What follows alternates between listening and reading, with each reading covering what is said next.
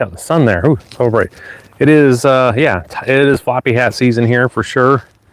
Man, I tell you, we're gonna get some tomatoes in the ground today. It's gonna be a lot of fun. Welcome to the stream. If you guys haven't been here before, look what we got. We got tomatoes for days here, folks. Tons of tomatoes going in the ground today. They're all gonna go here. All right, so we got all of our prep that I've got to do here. First, we've got, for those that don't know, I come here live pretty consistently, working in the garden. And I've had these in the ground here as a test to see how well I wanted to have, you know, start these guys out early. And they've been on here and they've been struggling just because of the temperatures haven't been quite there.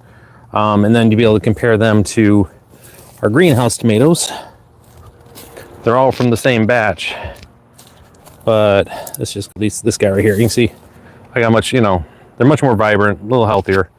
A lot of these are definitely doing better in the greenhouse. So when I'm looking at this going forward, I'm probably going to be, oop, what am I, Crocodile Dundee? What the heck is going on there? Forget that. Get this floppy hat down. Actually, we're going to keep this up for a little while. So anyways, we're definitely going to be doing more of the greenhouse variety, I think, going forward. So with this stuff we got to do today, it's a long stream today. We're going to be doing this for a minute. I can tell you that much. I've got this whole bed I got to prep. Well, 2 beds I got to prep, and then we've got to get a whole bunch of stuff in the ground here. I think that has to happen. So pretty excited about that. And we're going to be able to get into it here. So with that, I think I just want the floppy down.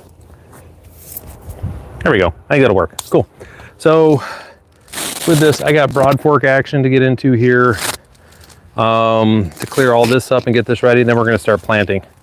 But first, I want to try to get all my strings here organized. So when I do start, it won't be as annoying. And I want to check these all out from last year. They all look pretty good. I've had to change out a couple strings. If you guys have been on previous streams, you know we've had a few of our strings that we used to secure.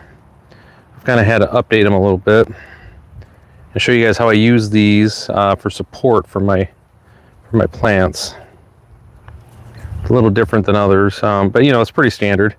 These things get buried underneath the plant while we're doing stuff. Like that's where it goes. Now, if I need to get new rope or anything, I've got plenty of rope around here. Whole new thing if I need it, but I try not to. Yeah, these are probably gonna get replaced. So let me just go and test these out. So right now what we're doing is we're testing for length, because what we're gonna do on these is the rope is gonna be buried underneath here. So I am just going to remove these, and we will, anyone that's too short, we're just going to get rid of it. We're going to add new rope when we're starting. So we're just going to test this out as we go. And because I had to trim some of these last year, that'll get in there. That'll be fine for reasons. Yeah, these guys are too short. And some of these were late. I had some late starters. So they didn't even, they were connected to the actual the tomato plant itself. So just put those over in the garbage spot there. So a couple need to be replaced there. But yeah, hey, welcome everybody. Good to have you on the stream. We've got a lot of tomatoes to get in the ground. Again, even we're here at the beginning, that's where we're getting in the ground today, folks. All of them. That's a lot of tomatoes. That's all my stuff that's been in my greenhouse. Kind of show you the lay of the land here. On the other side of the chicken coop here, my greenhouse is back there. And if you haven't been on those streams, you really should. Make sure you subscribe, because we come live. Hey, Teresa. So we got the chickens down here. I actually increased their little habitat here, their run. I gave them a little bit more room in their run today. So we're gonna see how they behave. See if we're gonna have good chickens or not.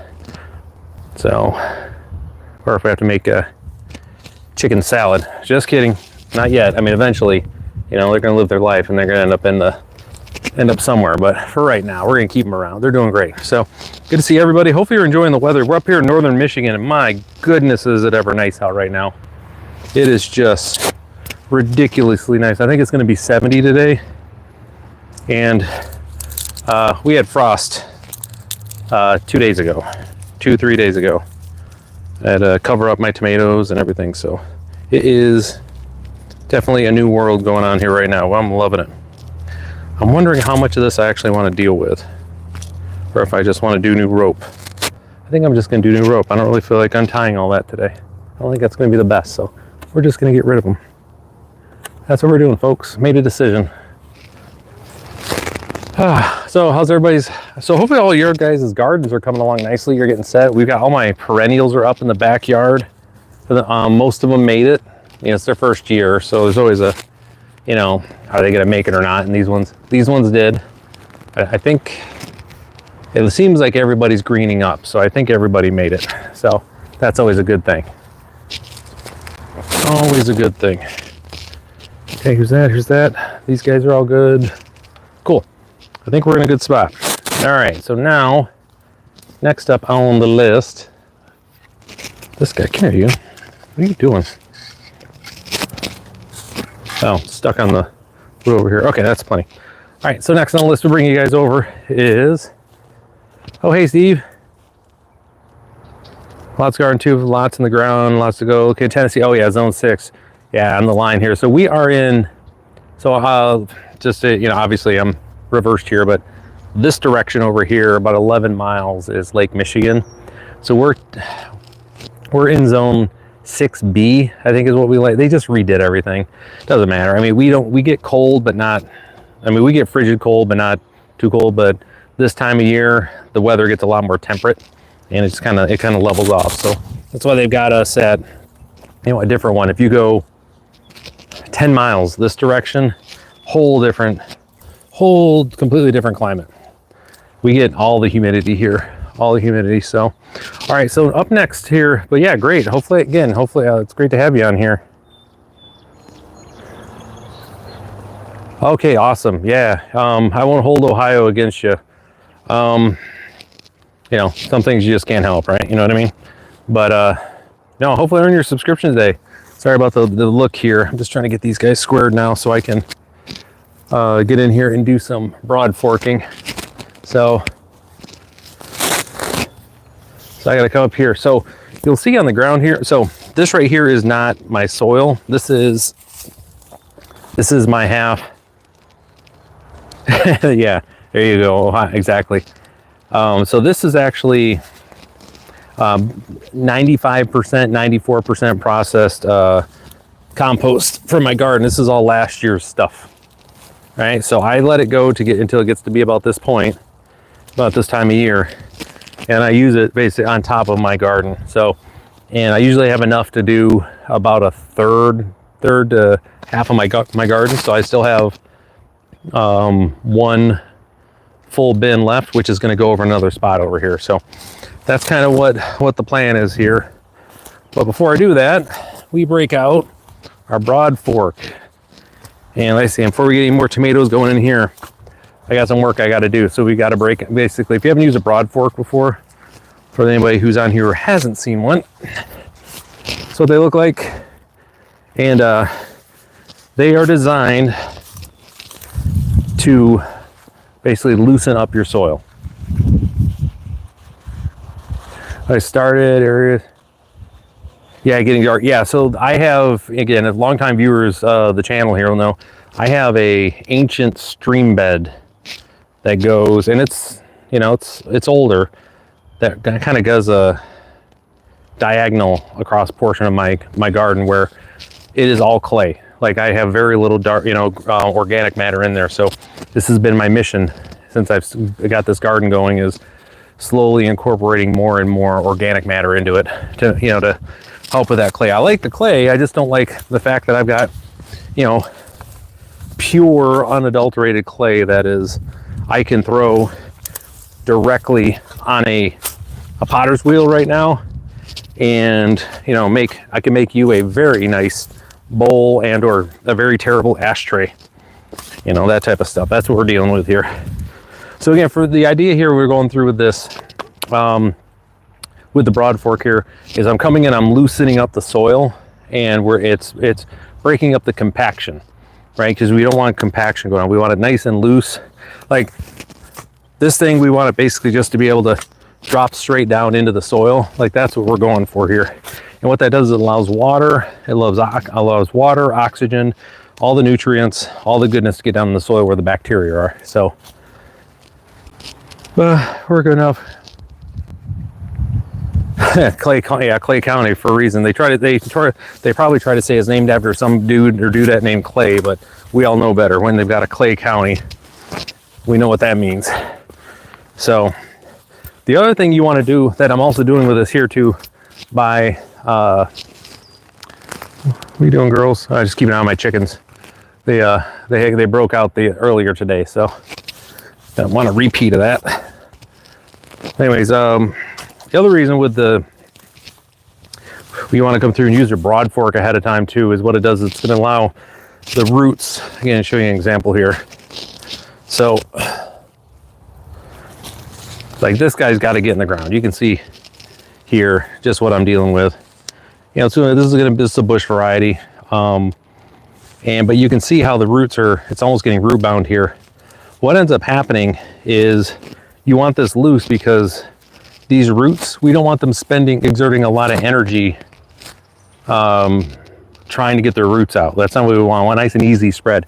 So by going ahead of time and decompacting your soil when you place them in there, makes it a little easier for them, right? That's what we want. We want an easy life for our tomatoes. The struggle, the struggle is not what we're going for here, so.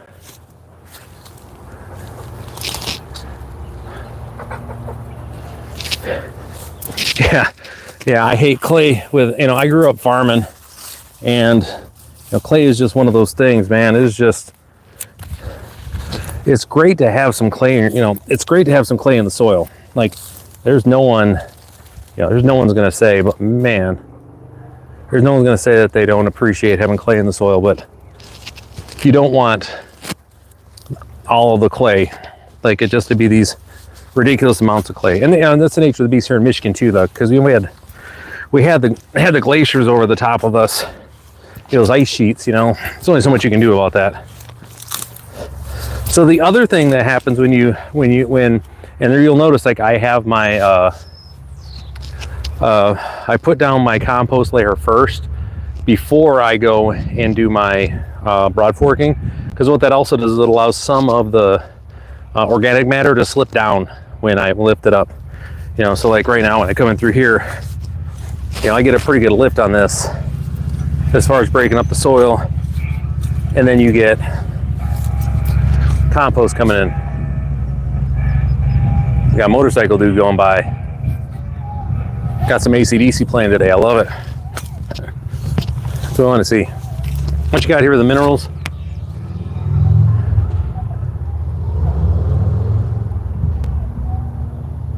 Yeah, you know what? Spend the money on a broad fork. I'm telling you, this was $129, and it's they're worth it. They're so great. They make everything just easier to be able to get in the ground and work it. So the other thing I'm doing here as well is I've got a lot of crabgrass in the area too. What do you got here? I came from great soil growing, high in minerals. It's great having a good mineral content.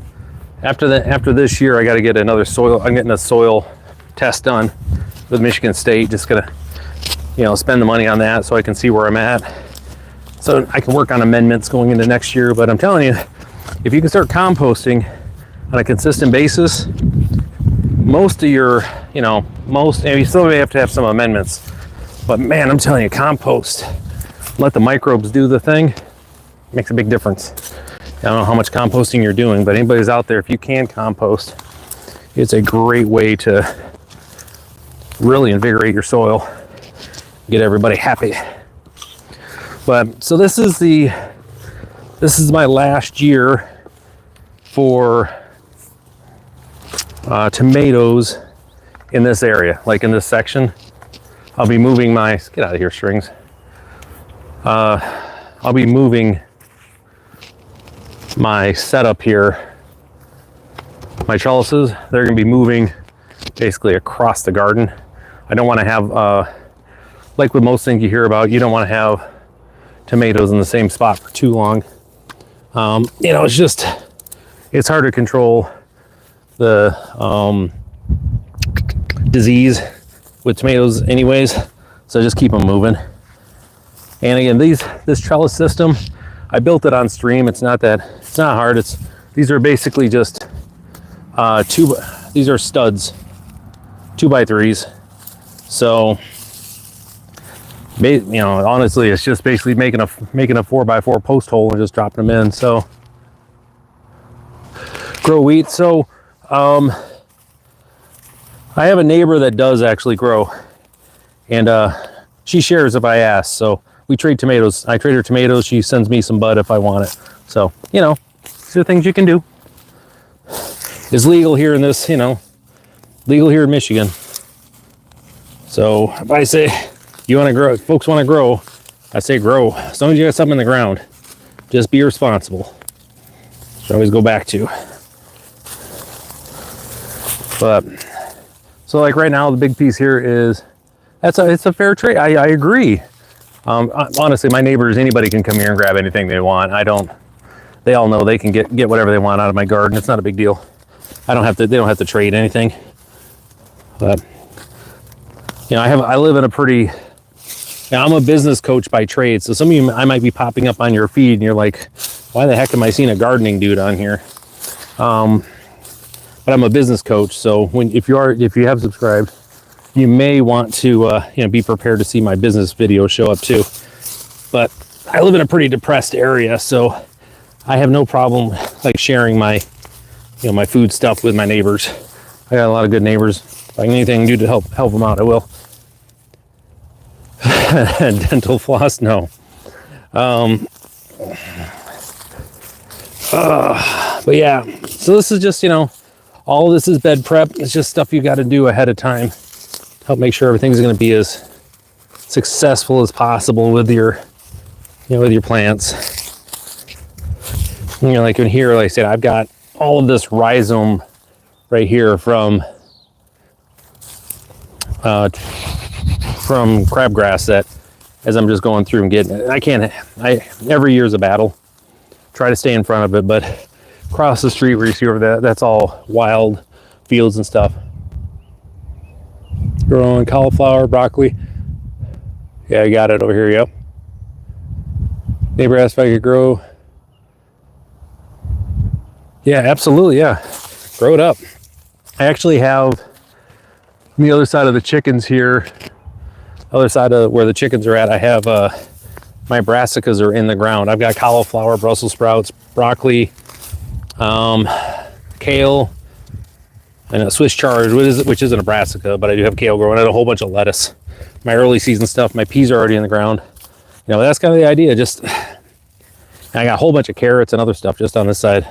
Carrots and all my root vegetables, you know, parsnips and radishes. Again, my goal is to get as much different stuff growing in this garden over the next couple years to try to get the biome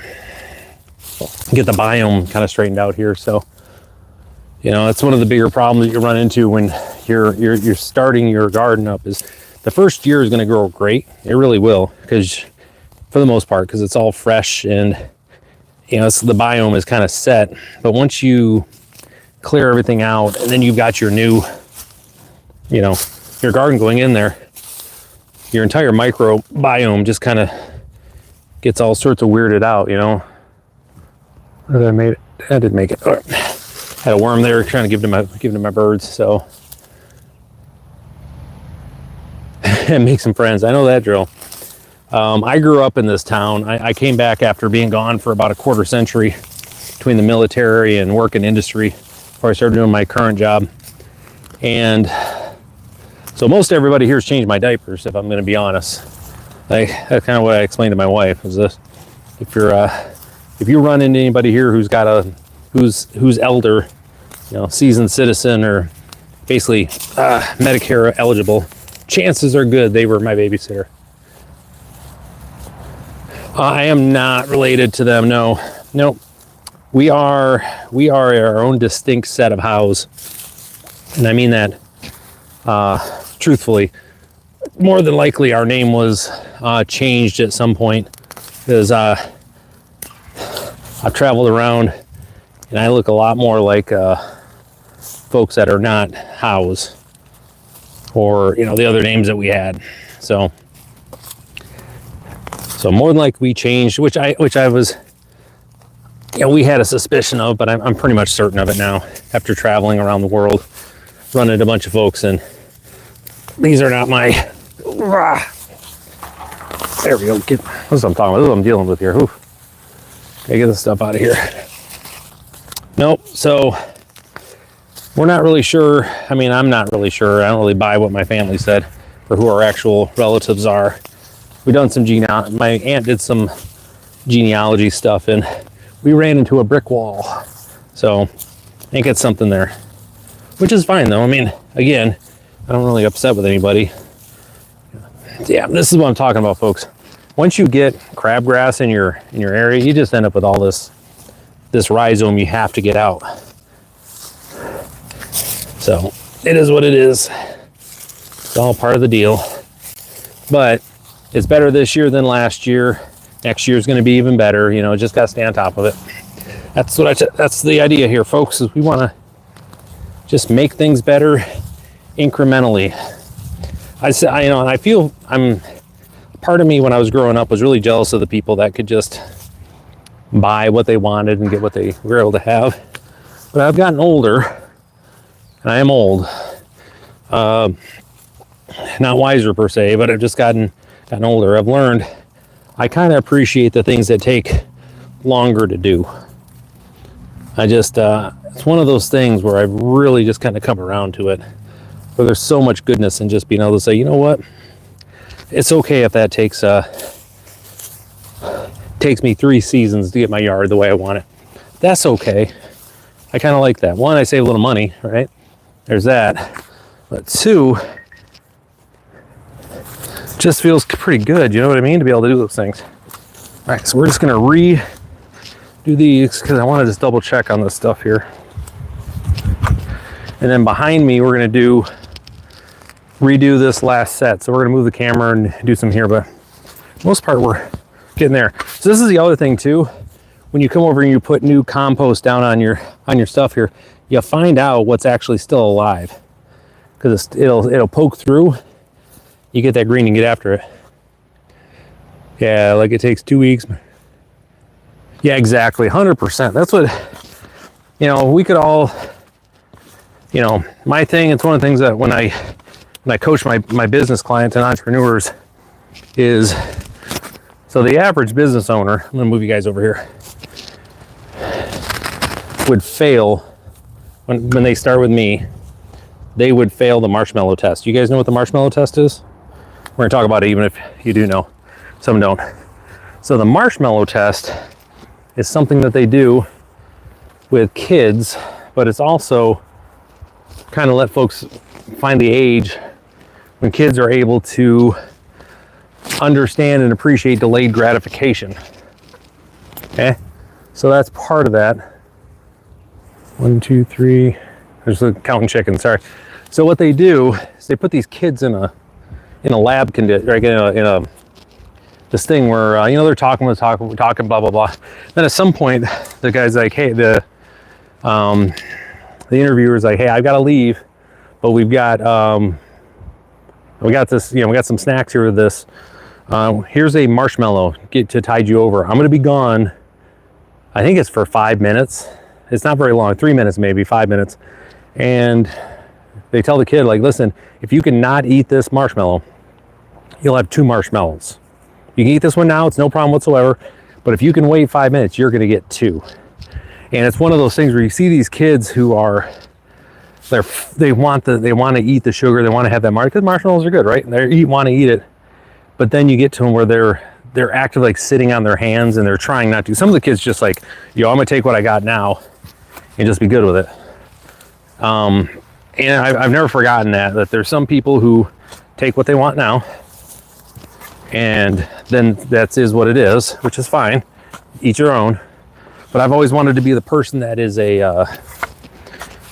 strive to be, hey, I can wait a little bit, and I can get twice the awesomeness. That's kind of what I'm going with here. So if you can work on that, that's pretty cool. Catch up in the comments here.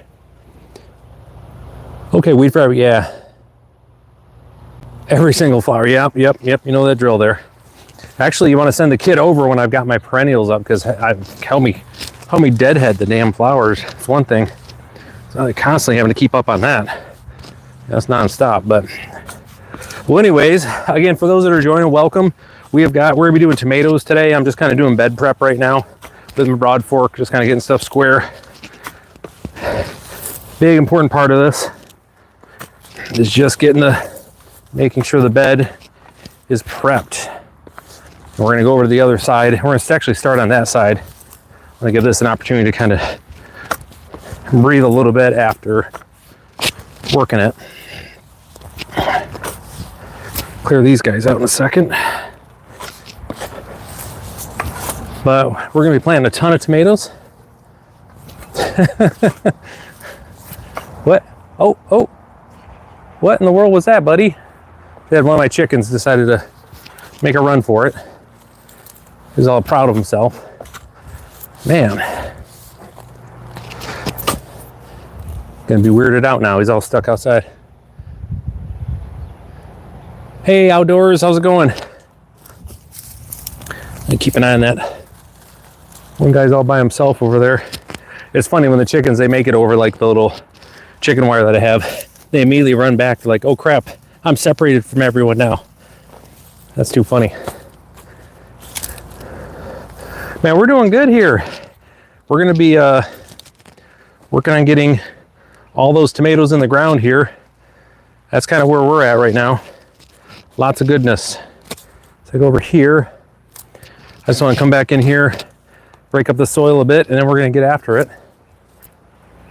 1, 2, 3. Yeah, that one chicken just, all right. I think it's just understood. I'm going to have one chicken that likes to fly the coop a bit, so.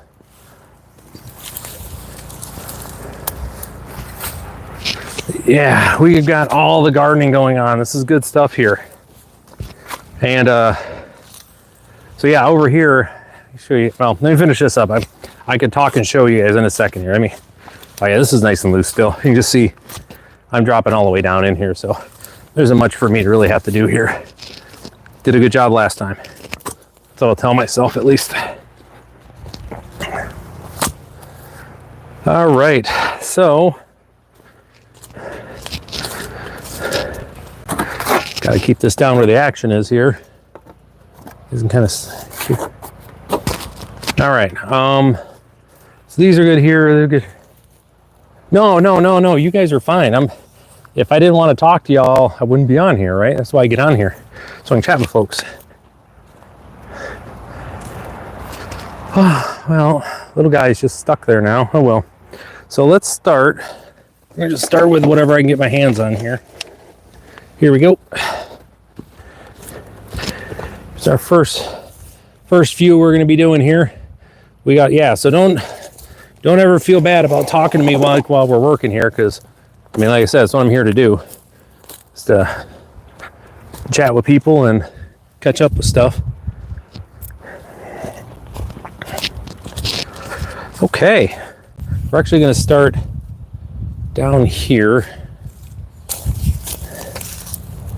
I got 2 here I've got to do. Let's see. Okay, cool. You guys can see me okay. All right, so now with our tomatoes, one thing we want to keep in mind here, all right, we're doing these here, is I want to basically strip these guys out. I'm going to leave this one with these 2 on here, but I'm going to bury this guy right to here. And again, the goal on there, so doing that, and I think most folks know this here, but just as we'll go over.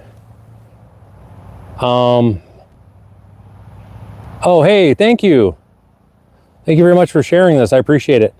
So you guys here, you got a little hairs that are all up and down the side there.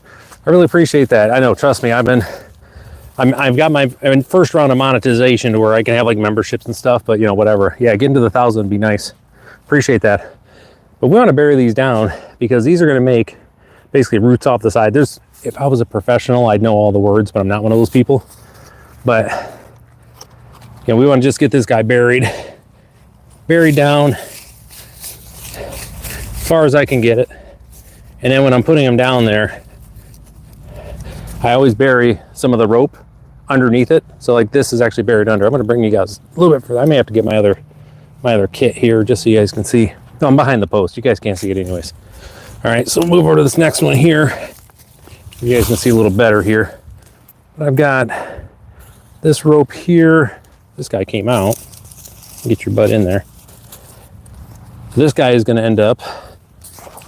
Swink. Here we go. Is that better? That's better. All right. So this is going to end up in the ground right in there underneath our next tomato, right? And what that does is the roots will grow, you know, kind of around it and secure it. So that way it stays put. Like that's the idea here. We want to have this nice and secure in here to where, you know, because I don't like to do the wrap sideways. I do some of it if it needs it, but I'd rather just, because most of what I grow are indeterminate types of tomatoes. For those that know, you know. If you don't know, indeterminate means they will grow up for an indeterminate amount. They just keep growing as long as it's warm, water.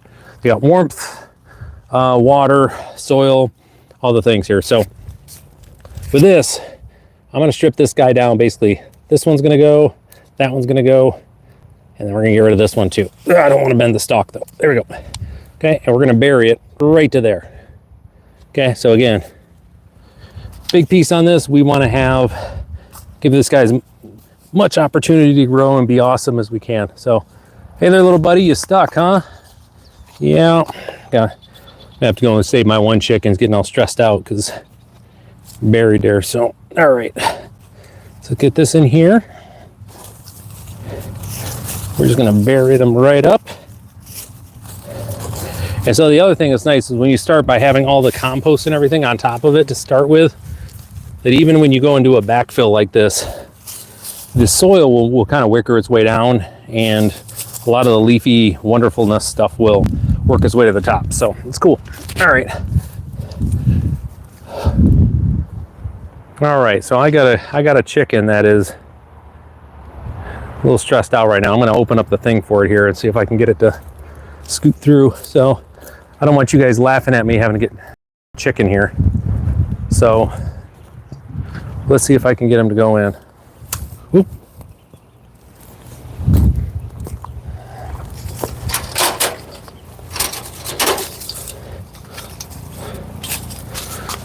So there we go. This will be fun. You guys get to laugh at me here a little bit.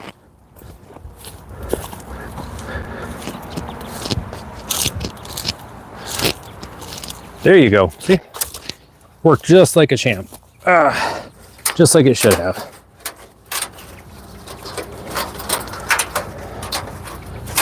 There we go. We're just trying this out today with my chickens to see how they like it. But anyways, let's do a quick little tour here. Those have been here for a minute. So start over here. Obviously, this is where my chickens are at. This is the new this year. I've got lettuce, spinach, all my brassicas are over there, and then I've got a ton of lettuce that I got started. A lot of that is just chicken food for the most part. Here, I've got some onions started. You can see here, I got a couple like right down here doing their thing. Those all started in the greenhouse. And then down here, got our carrots. You can see all of the radishes are going here. I got a ton of turnips popping up all over here. So radishes are quick. You know, they're like 25 days. There's not a lot to them. But all right, so let's get back out of here. So we are gonna start. You know, I might actually have you guys go this way so you're not staring in the sun. What do you guys think about that? Let me put this guy over here.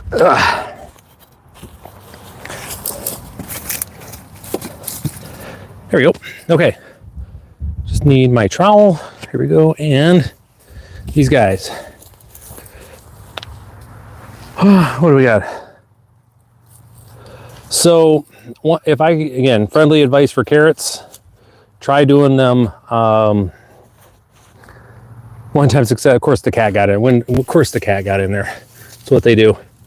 I actually left I did my carrots going into winter and let them go over winter this year. So they got them basically to where they were mostly good you know, they're pretty well developed by the time, you know, winter came here. And then I just went out as I needed them and dug them up. So, you know, that was kind of the idea. You know, it might be something to look into, be helpful for you. All right. What is going on here? Come here, you. So this is obviously not long enough. So we're going to have to, oh, hold on. Let me try it again. That's obviously long enough. Unwrap it first, yeah. Yeah, we had, yeah, you know, and I think a big part of it is just figuring out your region too. So it sounds right, Steve. You know, just get out there and you got to kind of literally dig around and play around a little bit and figure out what works best for you. And I say, and in most cases, you know, you'll figure it out pretty quickly. So again, and these, by the way, these, again, every one of these were started in my greenhouse. There's nothing that was, you know, I only have one, two, I think I have two that I purchased just so I'd have something kind of a little bit further along. And I was kind of surprised to see how much better mine even looked. You know, because a lot of that stuff. But so anyways, this is what my soil looks like after, you know, where we're at now. Let's see if I can get, so it looks pretty good. We got a lot of organic matter in there, looking pretty good. And then you can go, we go just a little bit further, like that direction, and it's just big old clay balls. So there's parts of this, my garden, that look great, and there's other parts that are like, why do we even bother? So you can see kind of what we're dealing with the roots here. These are just need to get in the ground now. That's kind of, my timing on these was pretty darn good this year. Pretty happy with it. All right, let's get this guy buried. And like I said, most of these are indeterminate. Some of them are, some of these are bush style. I don't really care which ones are which or where they're at. As they grow, you know, obviously it becomes a lot more apparent. I can worry about that then. Here's this, cool. On to our next one. So 1, 2, 3 down, 50, 51 to go, give or take. It's gonna be a long stream, guys. All right, so again, you can see we're doing pretty good here. And this guy, we just wanna strip these off here, get these off, so that we can bury it down to here. And again, you guys can see you got the little white hairs all over that. They are gonna turn into, they're gonna turn into roots. Now the roots, from what, there's a lady I watch on YouTube, that she is one of these like sciencey brain people when it comes to being in the garden. So I listen to I trust what she has to say. And she said that the roots that form off of these little white hairs that are on the tomato plant here, like on the side, they're not so much for nutrition, they're more for stability. Like they do provide some nutrition. I mean, I'm not sure how the plant differentiates and knows that, but I thought that was interesting. That, you know, they are stability. And again, a lot of it comes back to like the tomatoes that are, again, indeterminate varieties. They're typically, you know, they're a vine plant for the most part. So that makes sense. Because whenever the tomatoes, they hit the ground, they make roots, right? I think we're all familiar with that. So, all right. Zipping along here. Once you get, now this is a beefsteak. So this is beefsteak. I know this one because in this group, I actually put the label on here. Yeah, we're doing good here. So, and these beefsteak are well worth the, they're good. I love to have them around. They're very, especially when they are vine ripened, they are so good. Like you can just put them on a platter and just chowing down on them, slicing them up. And one of my clients actually has a landscaping company. One of the owners, she made up like a little charcuterie board for us and stuff of, you know, of goodness. And in there, she sliced up some beefsteaks. My gosh, were they ever delicious. So good. So good. So again, we're going to bury this guy right up to here. That's the plan. I might even leave, you know, you can see this. This is the other thing, folks. When we're putting these in, we want to make sure we're keeping an eye on the roots here. Like, I'm not too worried about these, but we just kind of want to make sure that we give them a chance to kind of loosen up a little bit when they're going in. Bad things can happen if we're not keeping an eye on that. So that's something we just want to do, is make sure we don't have anybody that's too overly root bound Like that's the thing. The roots get too constricted. Air and water and all the goodness doesn't get down there, and that's not what we want. Okay. Because again, the goal here when it comes to, at least on this channel, you know, as part of what I do here, one of the things that we don't do are, one of the things we focus on definitively is making sure that the soil is healthy. Okay, like that is like our number one priority. We want healthy soil when it comes to this stuff. Okay. Bring you guys along with me here. Okay, let go of you. Sorry about that. All right, yeah, but we want healthy soil. Like that's the most important thing we got going on. And if you, with those, the roots, they provide a spot for the bacteria to kind of thrive and a little home for them. So if we don't have that area, if we don't have their roots nice and spread out and set, they end up with this like yuck that, you know, none of the other, like the bacteria can't get into them, right? So this is a nice little level, starting to get out there, but again, like I said, we're going to remove this,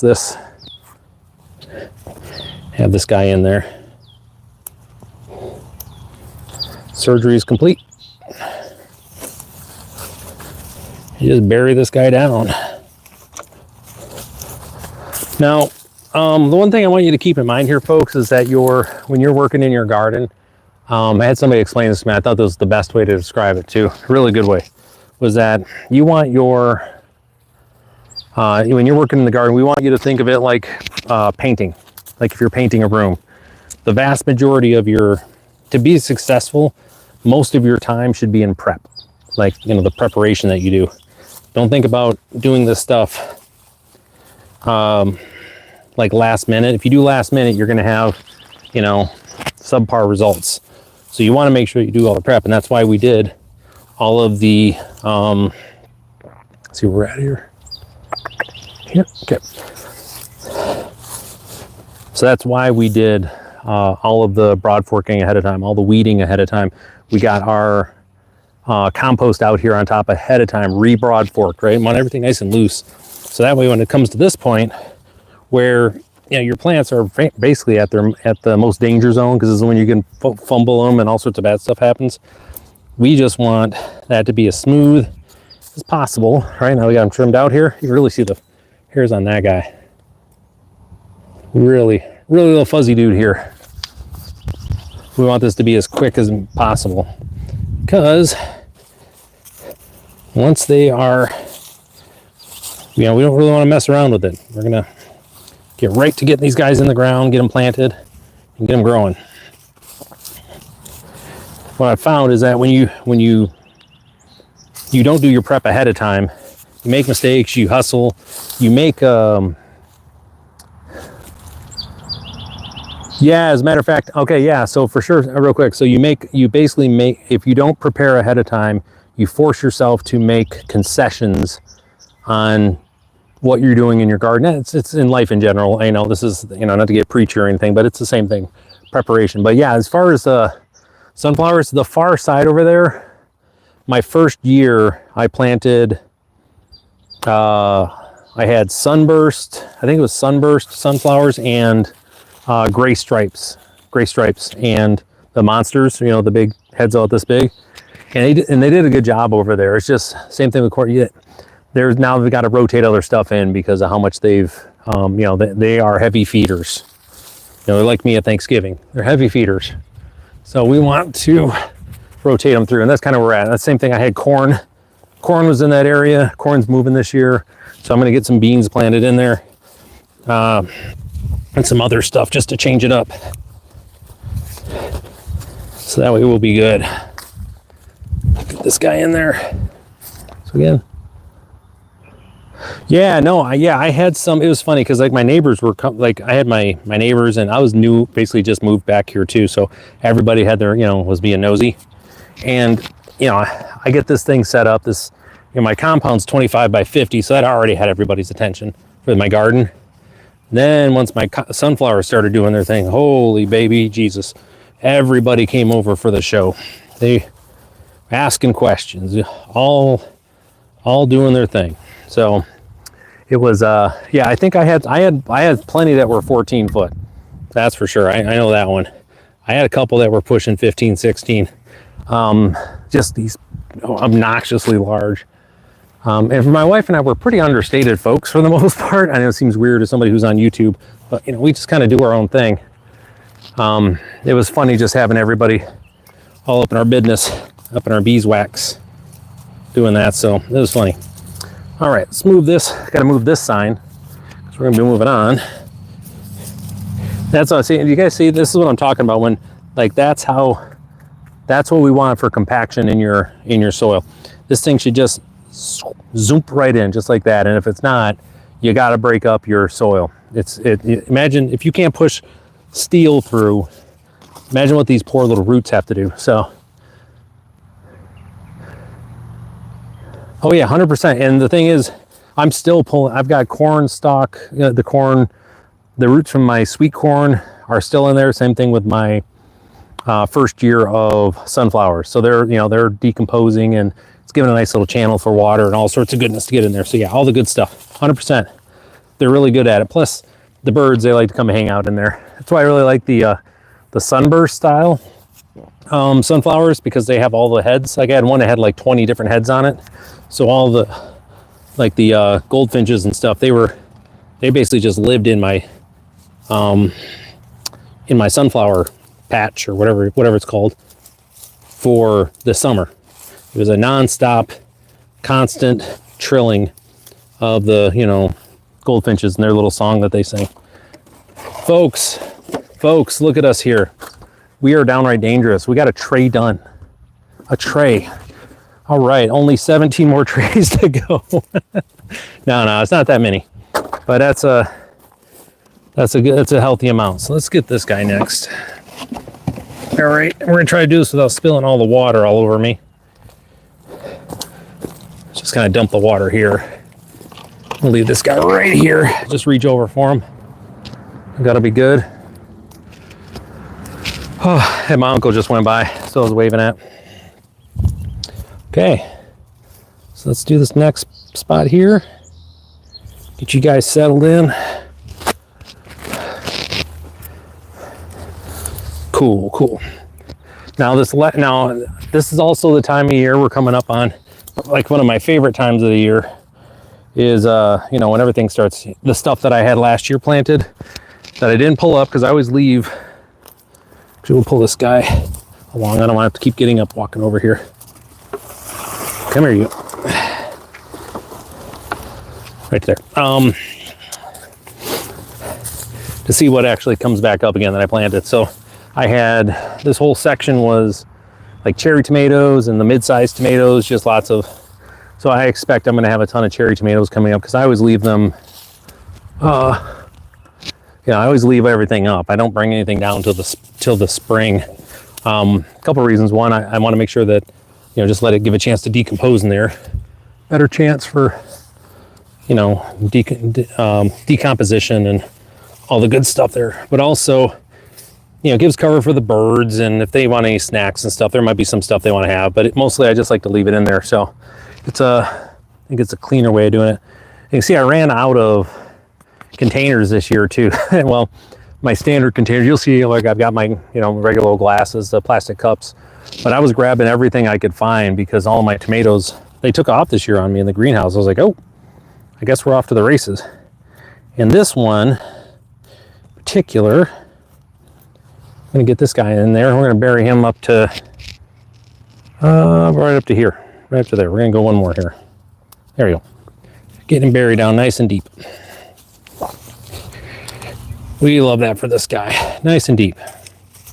Now there's folks that say where you can lay on the side and kind of have them back up. I've never been, it's up to you, but you can see we want to loosen these up a little bit, just a little bit, nothing crazy. Just to help them out when they're going in here to the new spot, right? That's the idea, just loosen it up a little bit. Get my string in there. What do you got here? I broke down and bought like 3,000. Oh my goodness, yeah, I know. I know for my greenhouse, it's pretty, it's 6 by 6 by 16. It's not the largest here. 6 by 7 by 16, it's 7 foot tall. It wasn't the largest thing. But you know, I made it work. I just ran to Meyer and got me some cups. We were all good. Oof, oof, that hurt. Oof, put my knee on stone there. 3,000. That's a bunch. So again, just gonna be getting this guy in here, just trimming him down. We'll just leave that much in there. So again, we're gonna bury him right to there. Where are you?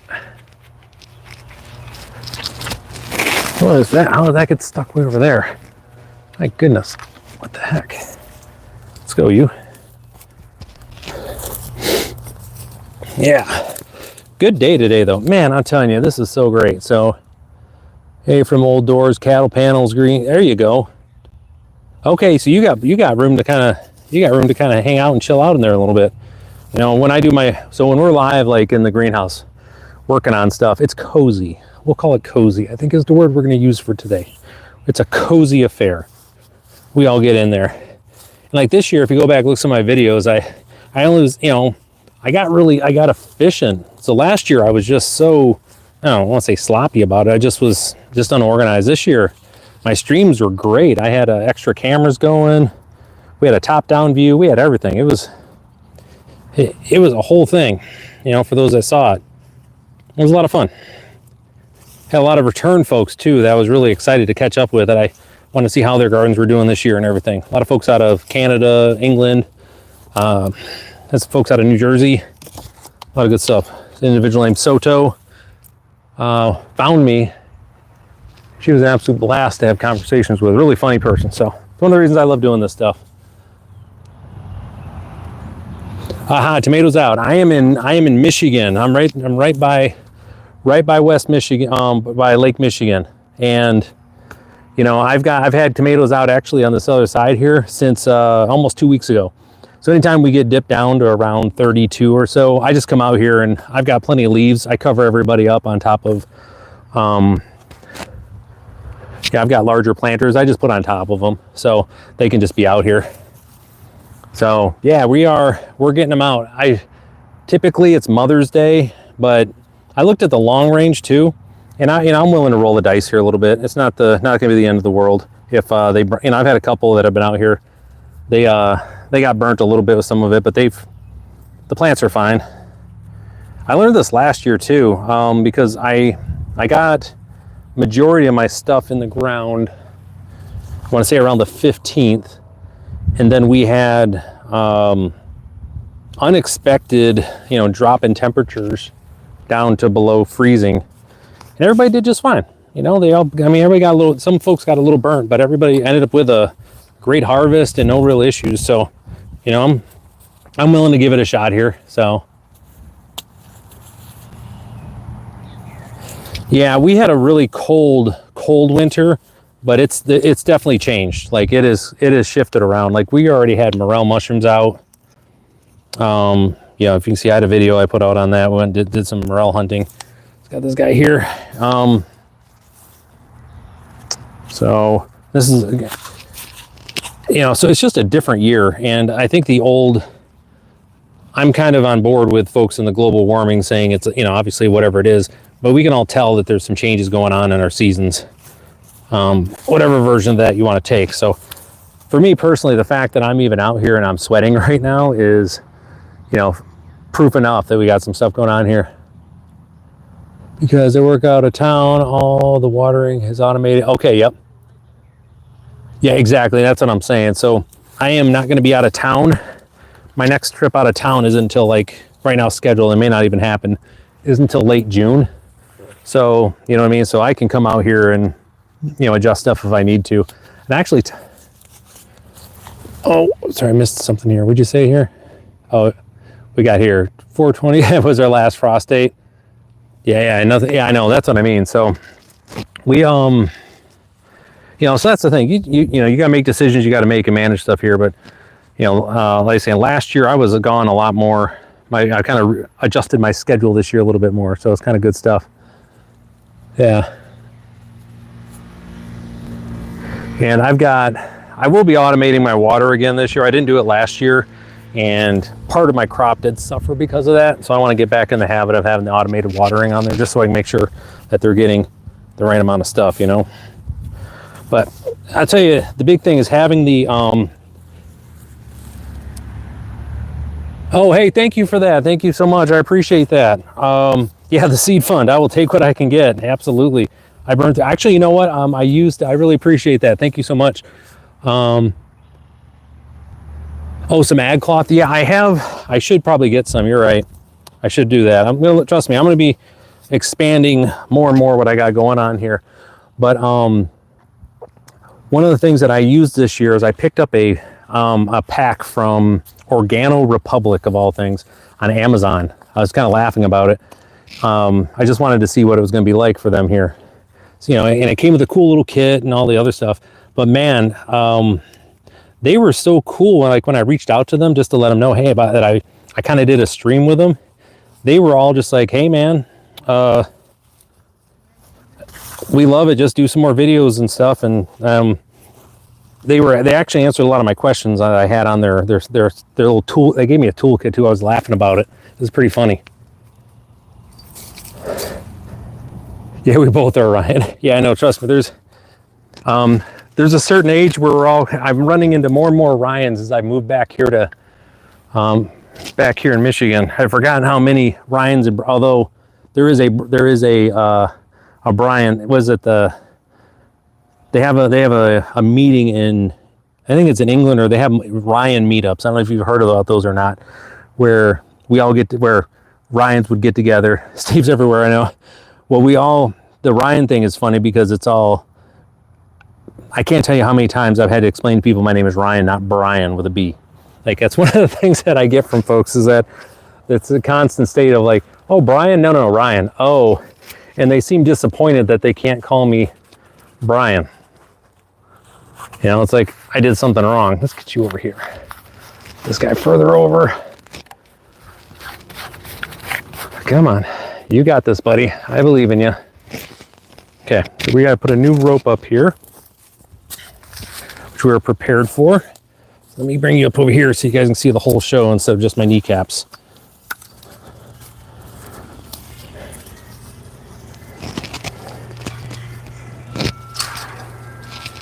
All right, I think we're good.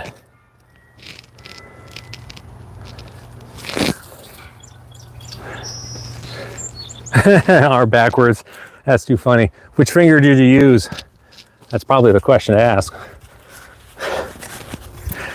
Oh man, that's too funny. Actually, these guys, I'm just gonna cut that off and redo them both. So yeah, Ryan and Brian is absolutely mortal enemies for sure. 100% there. Nah, that's not true. I got one of my good friends, Brian. We were actually born just a couple days apart in the same. Our parents were our moms were in the same room together when we were born. So that's pretty funny. Is that the wrong one?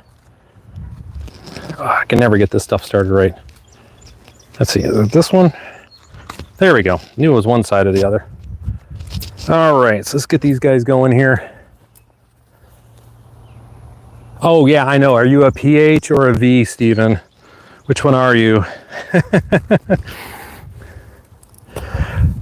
Oh man, that's too funny. We all got our things, isn't it? I mean, it's always something. 1, 2, 3, 4. 1, 2, 3, 4. So I should be able to get 3 more in here. Right, 1, 2, 3. 3 more in here.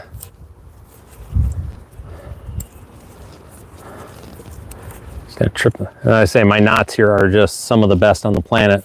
I got kicked out of Boy Scouts, so they're not really the best. That's a story for another stream. So, but let's see.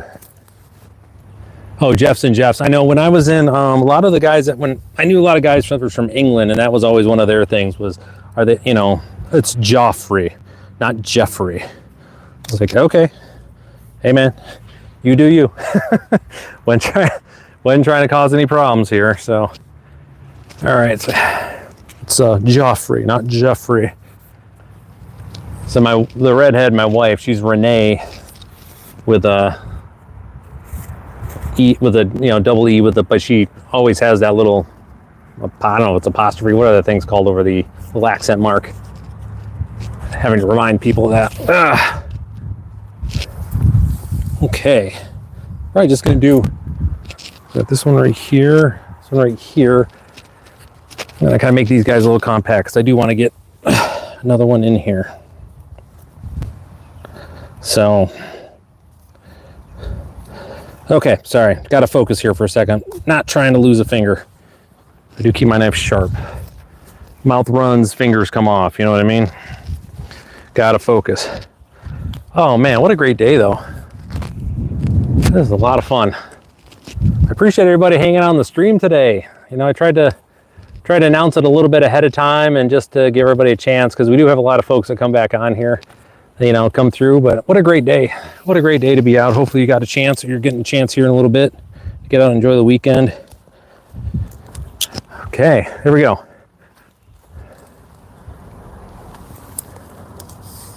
Wait. Oh yeah. So it is one of those funny things where we just, you know, so I traveled around a lot when I was in the military, and it was always fun with people because we all have the same, everybody's always got the same problems. Wherever we go, people don't know how to pronounce names, people don't know how to say certain things, you know what I mean? And it's just, it's just funny to me that I'd hear people complaining about the same stuff that we complain about in America growing up, you know, with everybody. So it was funny to see. All got our thing. So, is anybody out there trying anything for the first time this year? You know, as far as in the garden, is there anything that you're saying, hey, you know, it's a practice time for you guys? You know, I'm constantly in the state of, you know, I tried cucamelons last year. If you guys haven't tried those, they're great. I'm growing them again this year.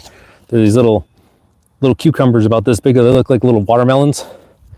I put them in salads. They're so good. They grow as this little thin little spider web like thick vine that just grows everywhere. And then you just have a couple little leaves and a ton of these little again, little cucamelons. They look great, and they're really good. They're a little bit bitter, a little bit sweet, but they're great, you know, to add in with cucumbers in a salad. I'll say that much. So look for cucamelons. You'll be pretty happy with them. I think it was anything I'm actually trying else this year. I've got a whole bunch of different varieties of sunflowers I'm going to be scattering all over the property. I just like to have those around. One, because they reseed themselves every year. That's what's great about sunflowers. But two, just for the birds, so they have something different to go after. Let's see what we got here. That guy's got to go. That guy's got to go. Down we go. Yeah, trust me, my neighbors, they all think I'm a little crazy for getting my stuff out here this early, but you know, so far so good. I've had a lot of success, you know, starting a little earlier than most. So we're going to continue to do that thing and, you know, kind of push the boundaries a little bit. I think there's goodness in that. Oh, my Connolly's awake.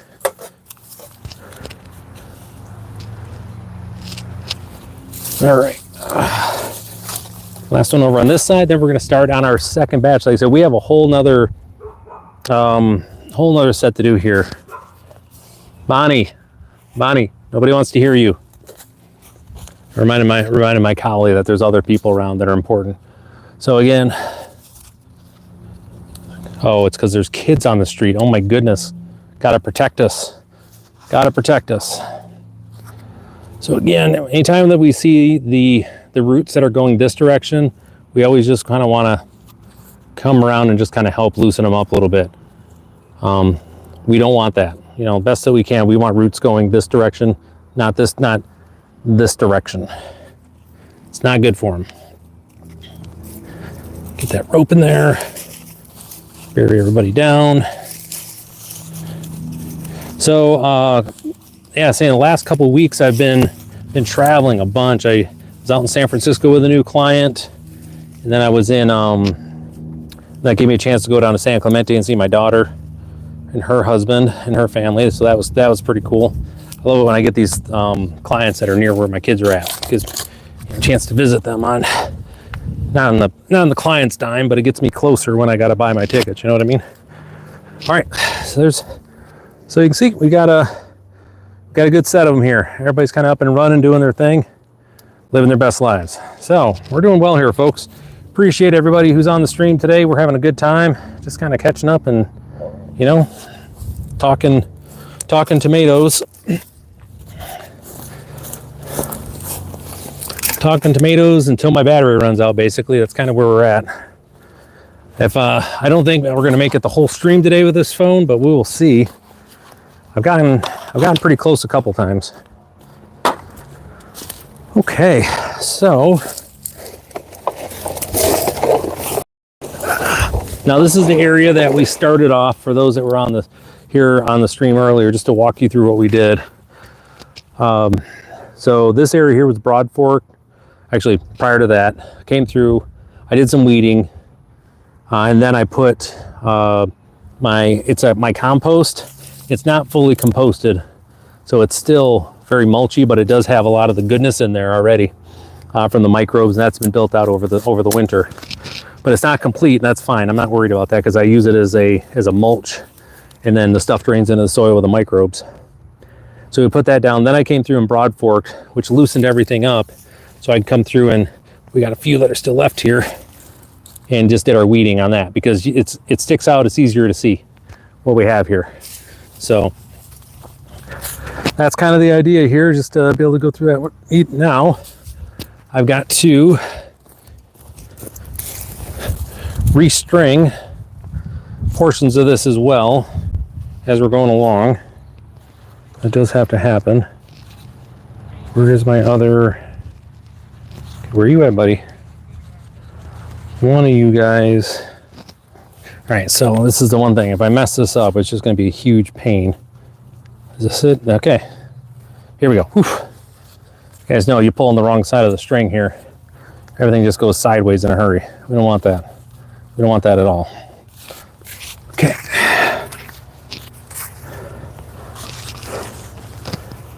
So just doing here is time this off. Here we go. And we're just going to cut this loose. And again, the goal here is to trim up our, so trim this down. These are going to be buried underneath here again. For those that are just kind of new with what we're going on, just as another explanation. We got this rope here. It doesn't really do much at the start. And honestly, it doesn't really get a whole lot of usage until the plants are about yay tall. After that, you start wrapping the string around them, and it helps support them, but we want them kind of loosey-goosey at the start here too. What I'm going to do is trim this guy down just to here. So I got this much up, this much is going to be buried, along with the rope as a support. So this, again, more of this stuff we got to get out of here. Crabgrass, not a big fan of that stuff. Okay, get this guy in, got our rope in. There we go. You guys will be able to see better on this next one. So we were talking before about, you know, keeping the root structure in here as much as we have. So this is, do something here real quick. Okay, so this is an old tomato stalk that was still in here. You can see it's broken down, but the reason we don't want to get rid of that though is all of this stuff in here. So I should try to keep that, just rebury it somewhere. So to be in there, a lot of microbes are living in there, and they just help keep your soil nice and healthy. That's kind of the idea here. Do I gotta do another one? So I got one. Yeah, so we do this one here, 2, 3. I'm gonna put one here. Gotta grab another one here. Oh no, oh no. No, it's gonna be a mess. Like I said, this rope really is, you know, use whatever you can. It's not that big of a deal, but you know, just know it's not gonna be in there for the long run. That's kind of the deal. Whew. What a great day out today. Oh. So yesterday it wasn't as nice as it out today. Like, it's nowhere near as nice. But I was, the stone was still out, it was still okay. So the deck had been dry for a couple days. So I decided yesterday was going to be the day, and I stained my deck.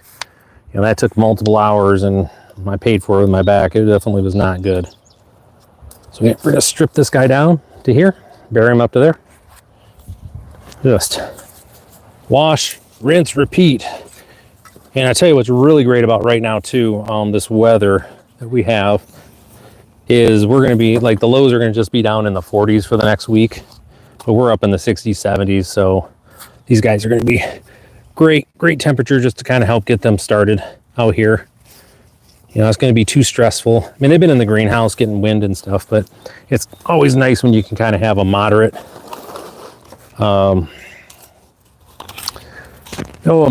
moderate welcome, I guess, or a warm up for them, you know.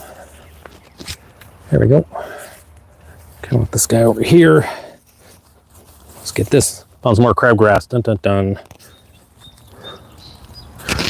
There's that, and there's probably more. Oh yeah, there's rhizomes all over down there. That's all right. I'll get them when they come up. That's the thing. It only takes one of the rhizomes of the crabgrass for things to go really sideways. So again, we're going to trim this right up to here. So here we go. So we can bury it down. We're going to be all good.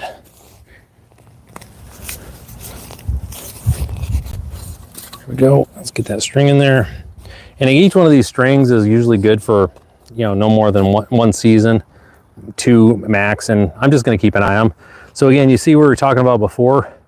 When we see the roots are going this way, just take a couple seconds and loosen them up, because as that root gets thicker, we want to get them thicker down, not this way. We always worry about if it's going to choke off the plant, which I'm not too worried about, but you know, for the 15 seconds that takes, it's worth the time and energy. You know what I mean? Help out your little buddy here. You know, I spent all this time growing them. Last thing I want to do is have them choked out because I had them planted in a planter for too long. You know, that's a Ryan mistake, not a tomato mistake. Okay, so here's this. On to our next one.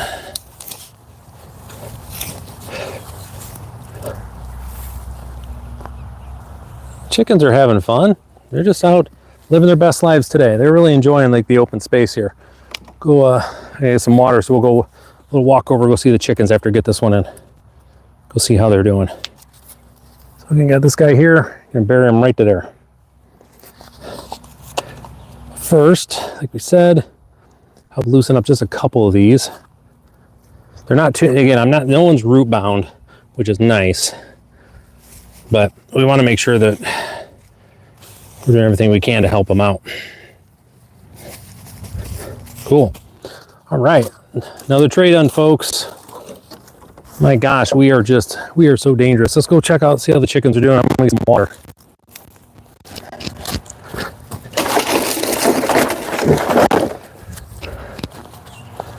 What's up, girls?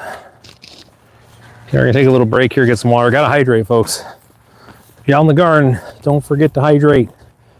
Super important. All right, so make you guys a little bit bigger here.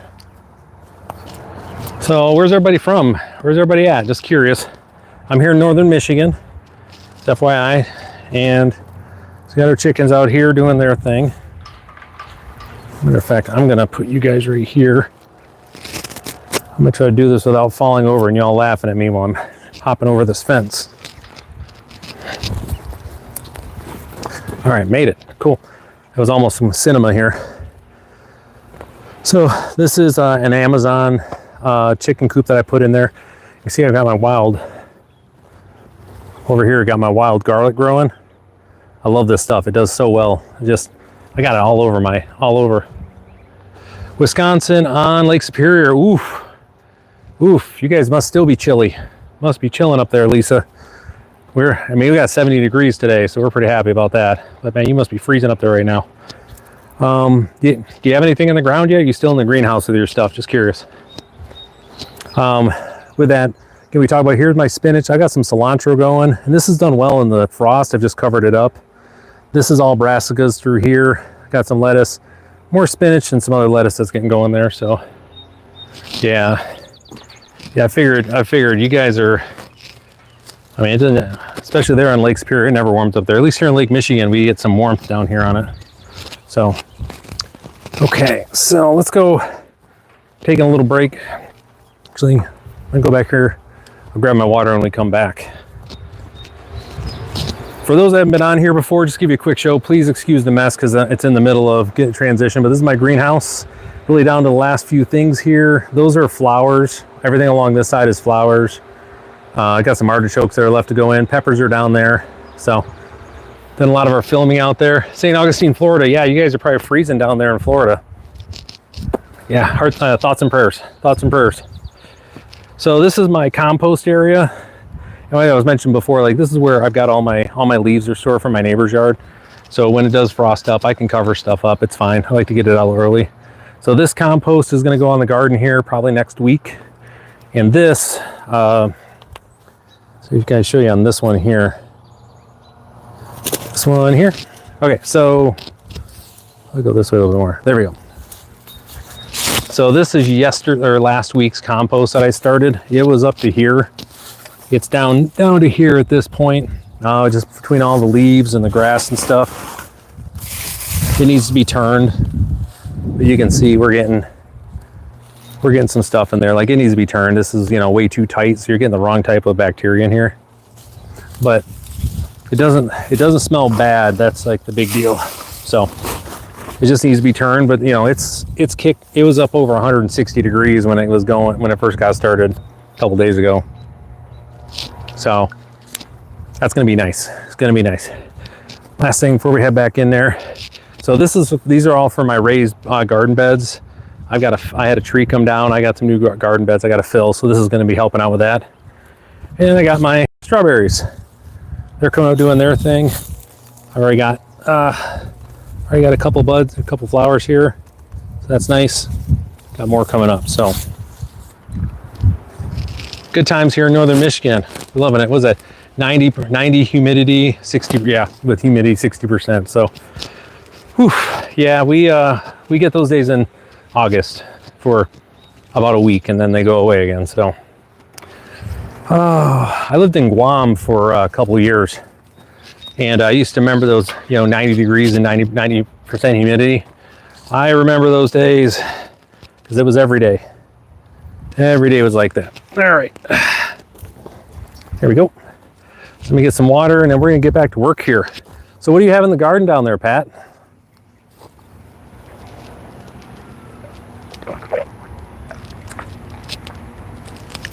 Oh, that's the good stuff right there. Hydration. All right, so again, as I mentioned, we've gotten that back section done. We're now gonna work on these guys right here, this section, which is what we did our work on earlier today. That's what we've been on. So I got a few more to do here. So let's see what we can do to get this situated. So I got 1, 2, one more right here.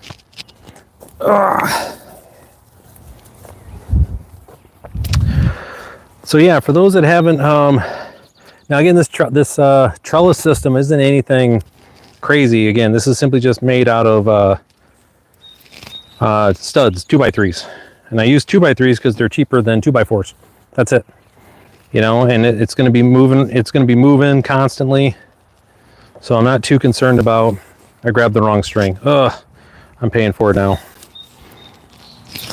Man, hate it when I grab the wrong end of this thing. Okay. Let's get this guy over here. 4. So on this one in particular, I don't use the full trellis because I got my bird's nest right here. I don't want to block that too much for them when they're getting started. Like, so I always try to, you know, I sacrifice a couple tomato plant or two here that doesn't exist so that my birds and the wrens are normally what move in there. They're really good about setting up shop and helping with all the bugs and everything. They come in and definitely keep after it. Between these guys and my chickens, it's I feel bad if you're a non-pollinator in this area. I'll say that much. Where did I put my gloves at? There they are. Let me get these gloves. Cool. We're making some good headway today, folks. Appreciate everybody hopping on. So, question for you, if you guys don't mind answering in the chat. Did you guys find me on Shorts, or did you find me on basically YouTube, like the like the recommended or whatever like that? It comes across there. Just curious. It's always so interesting to me how people find me. Because again, I'm just some random dude. I'm not a big time. I need 3. 1, 2, 3, 4. So I need 3 here. Not some big time YouTuber. So got me through Shorts. Okay, great. Well, that's always good to see. And obviously I stopped you. So hey, must have been something right on what I was doing to get you there. Well, welcome. It's good to see you.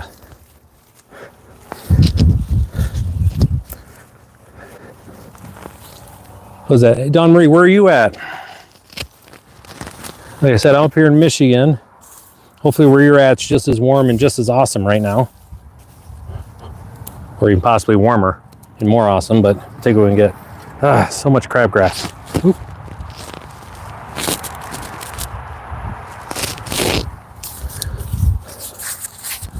So we are continuing on here. Just doing our thing.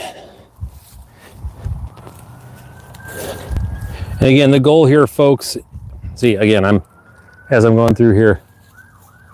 Northeast Pennsylvania, awesome.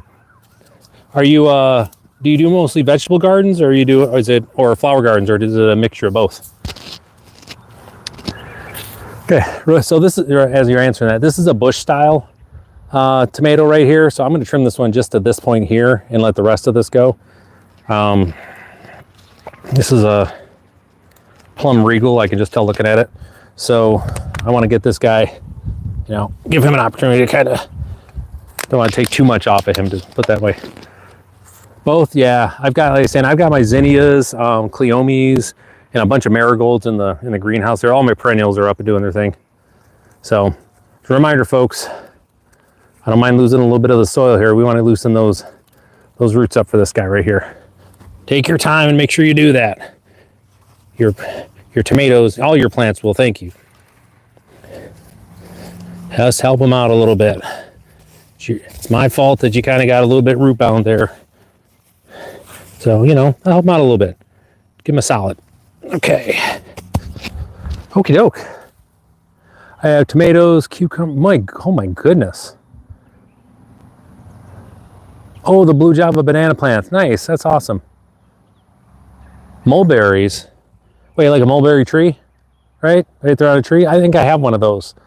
They, yeah, I do have one. I'm relatively new to my property, and I kind of discovered the birds around there. I kind of saw them pecking at there. They grow kind of weird on the. I wouldn't say weird, but not like normal berries you'd see on a tree. Like more. Yep. That's cool. So I'm trying pawpaws in my little bit of an orchard. I ordered them. It's my second year with them. They don't really like it up here too much. Yeah, I can say that definitively. They just don't really care for it here. But we're gonna give it my best shot. See if I can get some pawpaws growing up here. Birds absolutely love them. Yeah. That's for sure. So see here again, we're just loosening them up a little bit. That's our big deal. We always want to loosen them up just a little bit. Let's get this guy in here. Again, this is another bush variety. Again, you do this enough, you can kind of tell as they get bigger. So try not to. I don't necessarily bury them as deep as I would do my intermediate. So mangoes, there you go. Yeah, that's so when I lived in Guam, to add that to the story, it was I love the fact I could just walk out in the jungle or anywhere I was walking and there were snacks year round all the time. Coconuts were always ripe, or if they were, whatever, coconuts, mangoes, lots of jackfruit. For those who don't know jackfruit, it tastes like juicy fruit. That's where I got the flavor from. Big, huge, monstrous things. Way too big for one person to eat. But, so we're gonna get that guy in there. Definitely see here on the rooting, like that's what I'm worried about right there. We're just gonna break that up just a little bit. I'm gonna get this hole dug a little bit deeper.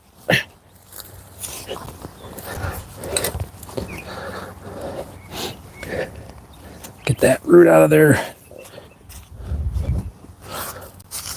Come on, buddy. 1, 2, 3, and we're in. Cool. So yeah, like we were saying earlier though, again, as you folks are doing this, just remember, and again, the folks that are seasoned in here, obviously offer up any pointers you see, you know, recommendations to folks as you're doing this. So we love that here. The one thing that we talk about here a lot though is always preparation and how much work, extra prep, like you got to take your time and do your prep work. So that way, you know, when we're doing stuff like this, it goes quicker, right? You're not as, we don't want to be stressed out. We don't like being stressed. Being stressed is not what we're here for. We didn't start gardening to, you know, we'll wait until we have to do it for sustenance because, you know, things have gotten that bad in the world that we need to do that. We can stress then, but for now, we garden because we enjoy being out and nature, enjoying the good stuff here. Okay, there's that guy. So I need four of them here. So I got 4 to do.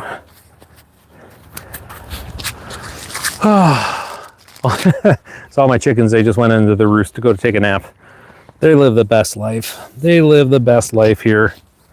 They're just like, oh, we're done. We're done. We're gonna go up take a nap now. I love it.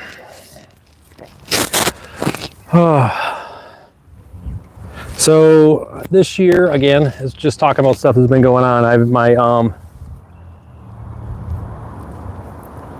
yeah, that's one of the things. You got to make sure you know your chicken ordinances. You know, that's one thing here in my village. I'm in a village in Michigan.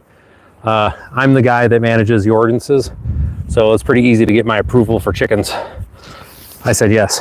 But yeah, you always got to make sure you keep an eye on those things. You know, there's no roosters in our village. They're not allowed. So just make sure you follow the rules on that. And it's really for the safety of everybody for the most part.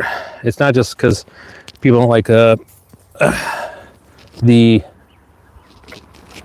loudness of the roosters and stuff. You're literally setting a buffet for so many critters. You know, a lot of the predators, they're like, "Ooh, thank you for setting out the hometown buffet for me." So you got to make sure everything is done right, because, oh, there goes my knife. They will be an issue. But yeah, chickens are great. They're just fun. They're just a lot of fun. They keep you on your toes. And, you know, so I've started getting them more, you know, loose more and more.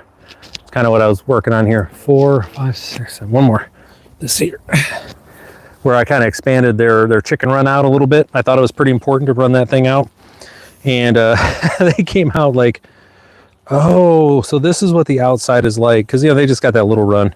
They were flying everywhere. It's okay. I just, you know, got them back corralled. They started realizing they flew outside of what the run was. They were away from their friends and got lonely. So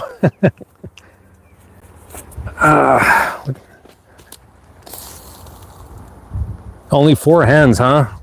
My goodness. We at least, so our lot size in our town, our village, most of the lots are half-acre lots here.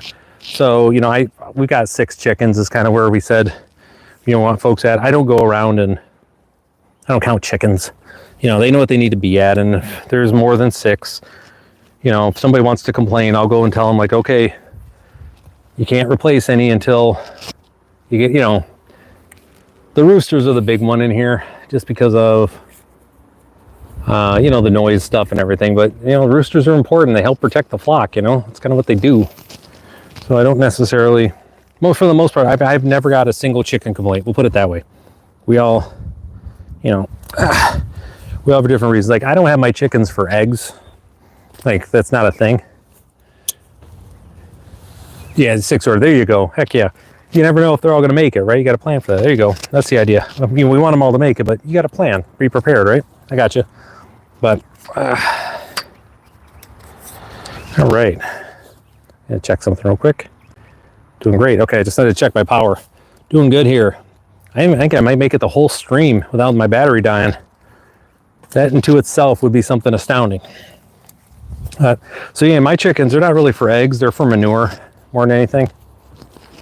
Like that's what I've got them for.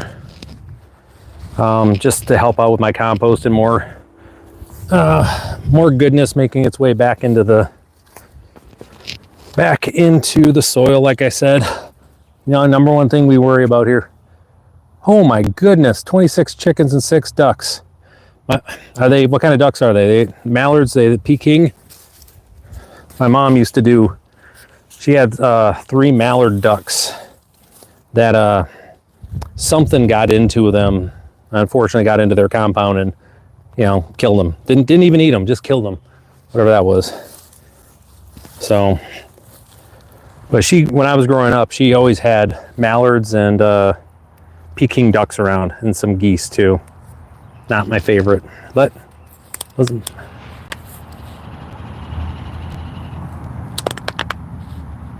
Okay.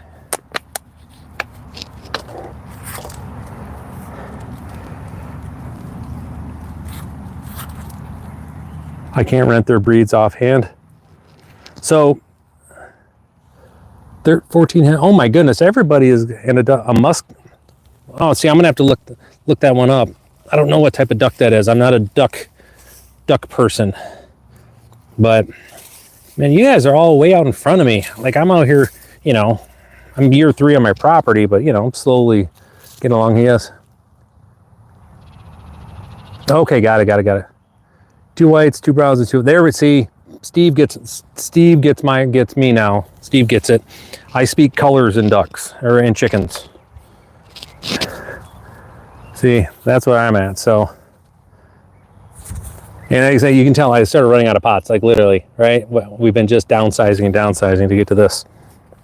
Like I told you guys, I had to kind of make do here in the last little bit. It's okay.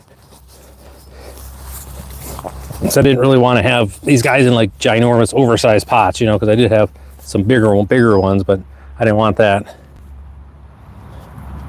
Yeah, it's, you know, I think it's more, I talked to a lot of my friends too that were in the military with me. We're all at a place where now that we're out, we're trying to make sure wherever we land at, because we moved so much. I moved every 2.5 years for like the 20 years I was in the military. It was, there we go. Yeah, see, this is what I wanted to avoid. That's no bueno. So we're just kind of break that up just a little bit. Not too much. Don't want to stress it out too much, but I definitely want to help loosen that up some. But yeah, we're all talking about how can we want to make the places where we've landed at home, you know, and just kind of make do with with what we have. I think that's great. And the more I talk to folks, there's more and more people that are just kind of coming along that way. A lot of Easter eggers. Yeah, you know, got to keep things colorful, you know. Nothing wrong with that. I was saying with my friends there, it's one of the things that we've just kind of all determined. I think it's more important for us to find a spot, make our spot good. And I still, by the way, when I go to the chicken eggs, I have no idea what color these ladies are going to be laying. No idea, but I'll keep everybody informed. I will for sure.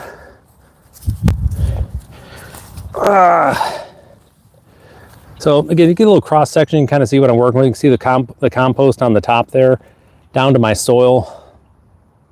Really healthy on this side. This side of the garden is so good.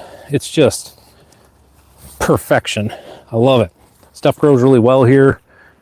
No issues. And I go to the other side and it's clay balls and sadness. That's the only thing that grows over there. Clay balls and sadness. Come on, buddy. There we go. Yeah, that's what I mean. So, bad Ryan. Should have got this guy out sooner. But weather hasn't really been, wasn't ready for it. Now we're ready. We can get this out here. We're going to tempt fate and just continue to keep these guys out here living their best lives. Okay. Well, I appreciate y'all hanging out with me. This has been a fun stream so far. I didn't expect everything to be going as smoothly as it is. So knock on string or whatever. Usually I have some sort of fiasco that happens midstream that, you know, I get stuff going sideways. So I'm pretty happy right now. I think it's a credit to all of you. I appreciate y'all. Okay. Oh yeah, looking good. Now with this, so this is the other part I want to show you guys too. So my soil up here, I still have clay. Like it's still over here. I mean, I don't know, it's still here, and that's how pure my clay is. It isn't like a little bit. It's when it comes in chunks. So just throw that out of the yard, let that dry out. It is. When it wants to my clay wants to make its presence known, it makes its presence known, that's for sure. What do you got? You guys back out again? Okay. Thought you guys were napping, I guess not. Got some busybody chickens back there. Okay. So yeah, don't like that. That's like stuff from the big box stores. We don't like to see that. I don't like to see that with my root structure. But 'tis what it is.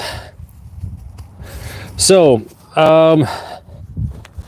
other stuff I've got planned around here. So I've got more work that I've got to do in the backyard here. I've got some stones I've got to lay for basically a border around my all my perennials. More mulch's got to get done. I have all my stuff, raised beds, nothing directly in the ground. Yeah, so I've been working on that. I think if earlier, I'm not sure if you're here, but so I'm actively integrating as much matter as I can. It's kind of what I'm doing. But yeah, when you got sand and clay, you're kind of forced to have to kind of come up ground, or I'll spend a lot of money to integrate those things. And that's the thing. So like this area here, it's one of the reasons why it's so fertile in this area. If you go that direction, it's sand. That direction, sand. Obviously the beach and sand over here. Oh, you do no-till raised. Oh, great, good, awesome. Yeah, I try to. So, I do moderate till. Like there's sometimes, like I say, if you see me in here with the broad fork, I'm lifting up, just trying to get everything loose. I try to keep something on top of the ground at all times, right? I want to keep the soil covered, best that I can. But trying to do what I can here. I don't want to undo the work that the microbes have done. That's kind of my mantra. It's kind of what we do here, is just how can we help them be as successful as possible, so that we can have the delicious stuff we're after. So, but one of the things that I look at for measurement on like how well we're doing with like my soils in different areas is like how many earthworms I'm getting, and how many new baby ones. What's it just look like in this area? Big chunks over here, earthworms for days, nonstop. Over where I have where the clay's at, it is a struggle at times. I gotta go a little bit deeper for this guy. It is a little struggle over there, but it's nothing terrible. But I'm still having issues with that. So here's a great example. So one of the things that when I talk about with folks is when you're getting your potting soil in, you want to make sure, especially with your new seeds, not with anything you're transplanting, it's just fine. It's not as big a deal, but for your new seeds, when you are using your 1-inch pods, right, that you've got, you want to put your topsoil, your potting soil in, then you go through and, pack it down. Not hard, just enough to compress it to get the air gaps, and then put some more on top, right? Because, see this right here? See this little air gap? You guys can see that or not, but there was a gap in this where it grew, and no roots made it in there. Now imagine you're a brand new, you can see me right through there, right? As a new seedling trying to bridge that gap, you only got enough energy to get you so far. If you have these air gaps in place, the chances of you basically making it are kind of slim to none, you know what I mean? So we want to make sure that when you are doing new seedlings, transplants is not as big of a deal, because as you can see, they'll figure it out. But for seedlings, for sure, we want to make sure that we have all those air gaps gone. So that's going to be all that extra energy that they're wasting trying to get the roots across instead of growing. You guys need some more food too, don't you? All right, we'll get you some more food after I'm done here, guys.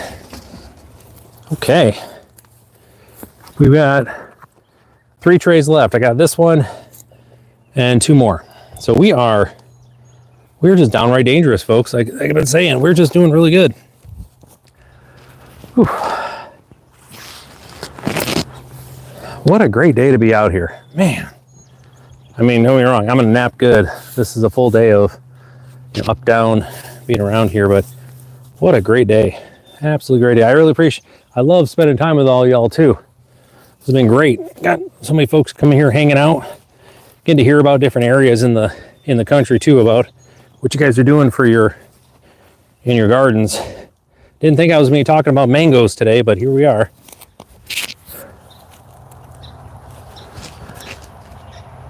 Just trying to think here. Do I got the wrens? Oh, I think I got the wrens are moving into one of my bird houses. So I'm kind of checking it out.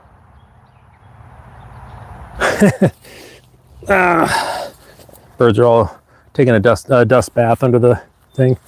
So this guy, I'm surprised, made it. I'm not going to trim too much off of this guy. There's a couple of these that definitely were struggling for various reasons.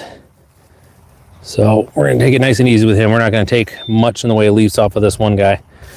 It's just interesting to see which ones did well, which ones didn't, who suffered, who didn't in the greenhouse. There we go. Got this last one. Yeah, and I wonder what it was. That's one thing I'm always trying to figure out, why some of these did well, some of them didn't. You know, obviously I am not a whatever the term for gardens, you know, I guess botanist, I guess would be the right phrase, or plant science person. Not one of them. But I'm always interested to see, because I kept everybody rotated, kept everybody thawed in a good spot, make sure they got plenty of sun, but some of them just did not want to take as far as for the roots, you know, which if the roots don't go, then the rest of the plant doesn't go either. Like, that's part of the deal. And you can just tell it with some of them where the roots just did not take off and their growth was stunted. But they did grow. They did make the cut, so they're here. All right, 2 rows to go, folks. This has been, change the name to like Tomato Fest or something. We've been going crazy here today. Yeah, I've got some, so talking about raised beds, I do have my raised beds I have to set up too. I got 3 new ones that are on the other side of the house, over where my orchard's at, that we are going to, okay. Yeah, where my orchard is at. But I'm not sure what I'm going to put in there, to be honest. I've got them, I want to use them, but I want to put vegetables in them of some sorts. I'm just not sure what to put in. Like, that's the thing. Because I want to make sure there's some easier access for my neighbors if they want to come grab some stuff. So I do plan on putting, you know, there's gonna be some tomatoes in there. I'll put some cucumbers in there, I think. I might do summer squash and zucchinis and just, you know, have them go straight up. Do them that way. That may be the answer. I don't know, but we're just gonna pinch that guy off. Let's pinch this guy off. Here we go. I think that's what I'm gonna do.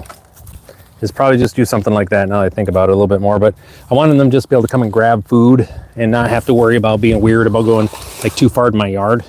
So if they need summer squash, they can just come grab summer squash. You know, I want people eating healthy food, you know? And it's something simple I can do by just having my raised beds where they don't have to feel awkward like they're sneaking onto my property, which they're not. Everyone's invited. You know, but I mean, I get it. The folks don't want to be that way. I don't get it personally, but someone tells me I can take advantage. I'm gonna take advantage. I guess, yeah, everybody's raised a little different, I suppose. So one of the things I've been doing lately, and it gets kind of on topic but off topic, I've been partnering with our local food bank. And helping them with some marketing as well. I'm a business coach, and so, you know, want to help them with their, they ran into some trouble, some issue with Doge cutting some USDA funding. I don't know if Doge did it or if it was just USDA decided to get rid of it. Whatever it was, I think it was Doge though, if I remember correctly, where it was funding for local small farmers that provided produce for the food bank. And our local food bank, we're in a farming area, wanted to support local farmers by purchasing their stuff. But you know how it is with farming, is that, you know, your payout is, you know, usually the end of the year, maybe once a quarter. So I want to get some money to them to be able to help out with that. So I've been helping with marketing to try to help solve some of those issues, those shortfalls. That's kind of what we've been working on. So that's been enjoyable because, you know, like with my work, I need one more. Is that gonna let me do it? I'm gonna just double knot this here. So like with my work, you know, I help with marketing all the time. So I just partner up with them, and I know the lady that runs the food bank, the executive director, she's awesome. So I was more than happy to help out where I could with that. And what it's done is we set up something to where it's called, it's the Lakeshore Food Club, by the way, is the name of it, where folks can donate because we're trying to raise, basically it's $30 a month from 3,000 people for 3 months. Like that's the idea, to, you know, take care of the shortfall. So that tells you like the shortfall was 250,000, 247,000. But it gives opportunity for folks who wouldn't normally give, you know, give $30 here or to whatever they're doing. And that part's been really successful. I can say that much. We've gotten a ton of new people who never donated to the local food club to donate. I thought that was pretty cool that that part was successful. And I think that's a lot of folks. You know, so more about me as we're learning about each other here. You learn about me. I'm an elected official. I'm actually a school board member, a trustee, and a trustee of my local municipality on the local council. And I have a lot of my constituents, a lot of folks that are my neighbors, friends, they have to go to the food club. They go to food club to get food. So I have a vested interest on top of just being human to, you know, help where I can on those things. You know, because, you know, there's students that's where they get their fresh vegetables from. And if I can help to make sure that's a thing, you know, hey, that's the thing. So, because they do a lot of good work. You know, I grew up as a farmer. We had a huge garden. We always had access to greens and stuff. So it was, you know, I didn't realize how spoiled I was growing up. The fact that you could just always go out and get vegetables and have access to all this deliciousness, right, that grew. Until, you know, I got older and learned, like, hey, that wasn't a thing. So I have always been active in like the food clubs and the food pantries, doing whatever I can to help, because, man, it's just nice to be able to have fresh vegetables. They're nice. It's part of why I do this too, you know. And yes, I know tomatoes are a fruit, and there's no such thing as a vegetable. That's actually one of my funniest ones. Thing is, vegetables don't exist. There's a YouTube video on that somewhere. That pretty much everything that we call a vegetable is actually something else. So, like, you know, corn isn't a vegetable; it's a grain. Let me cut this off. Yeah, we'll make it work. You know, tomatoes, they're not a vegetable; they're a fruit. All the different stuff there.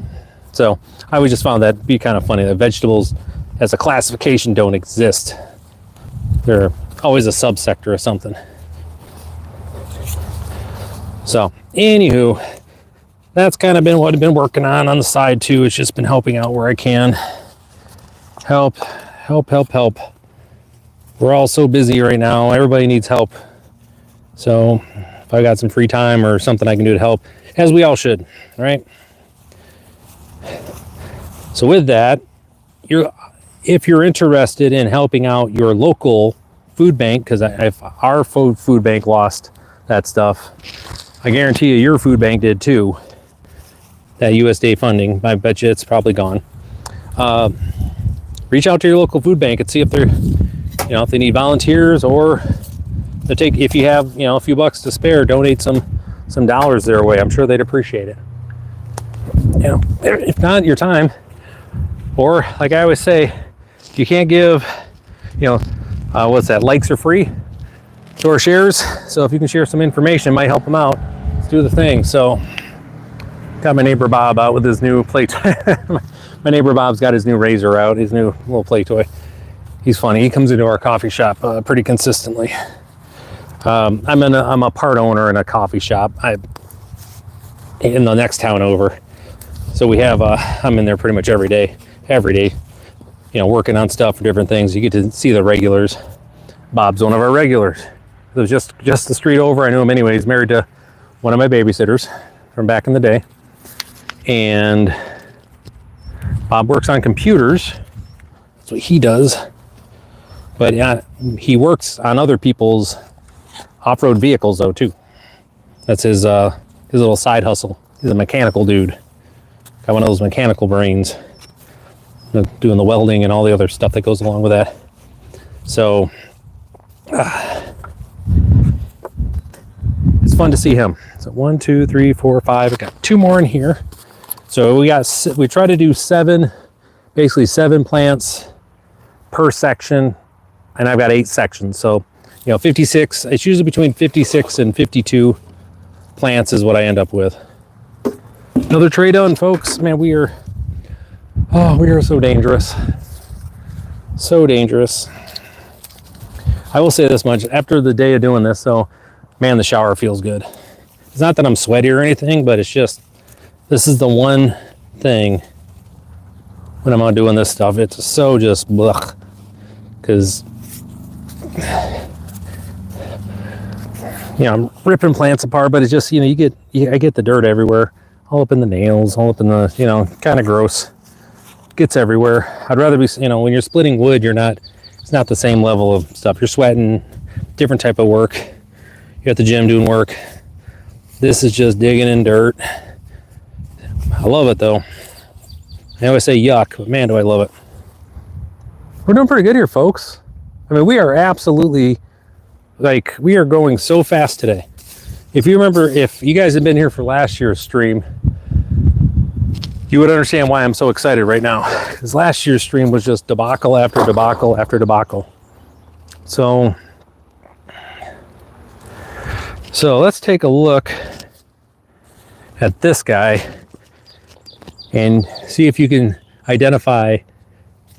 So this is an indeterminate variety. Okay, you see how viney it is, just so far off here. Right off the bat, it just is a viney SOB. When you see them like this, these are cherry. This is a cherry tomato. Like, this thing is just going to be a vine growing all over the place. So I'm glad I got it at the end here, because it's going to end up probably on that fence over there at some point. Whew, here we go.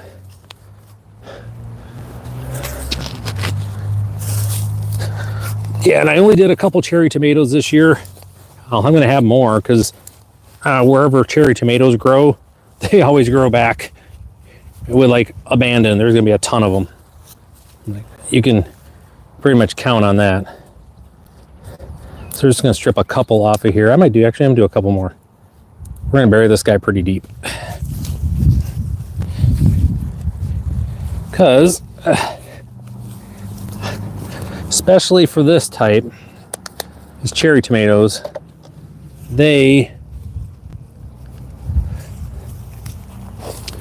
need all the support they can get, because they are wispy, thin, until they really get going. Then their vine really thickens up.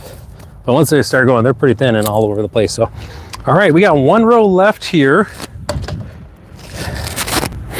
and I still going to have an extra tray of plants to go, which is exciting.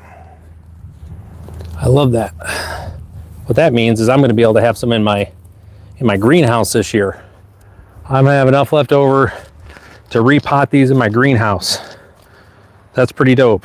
I like that. I like that a lot. So let's get you guys. Oops.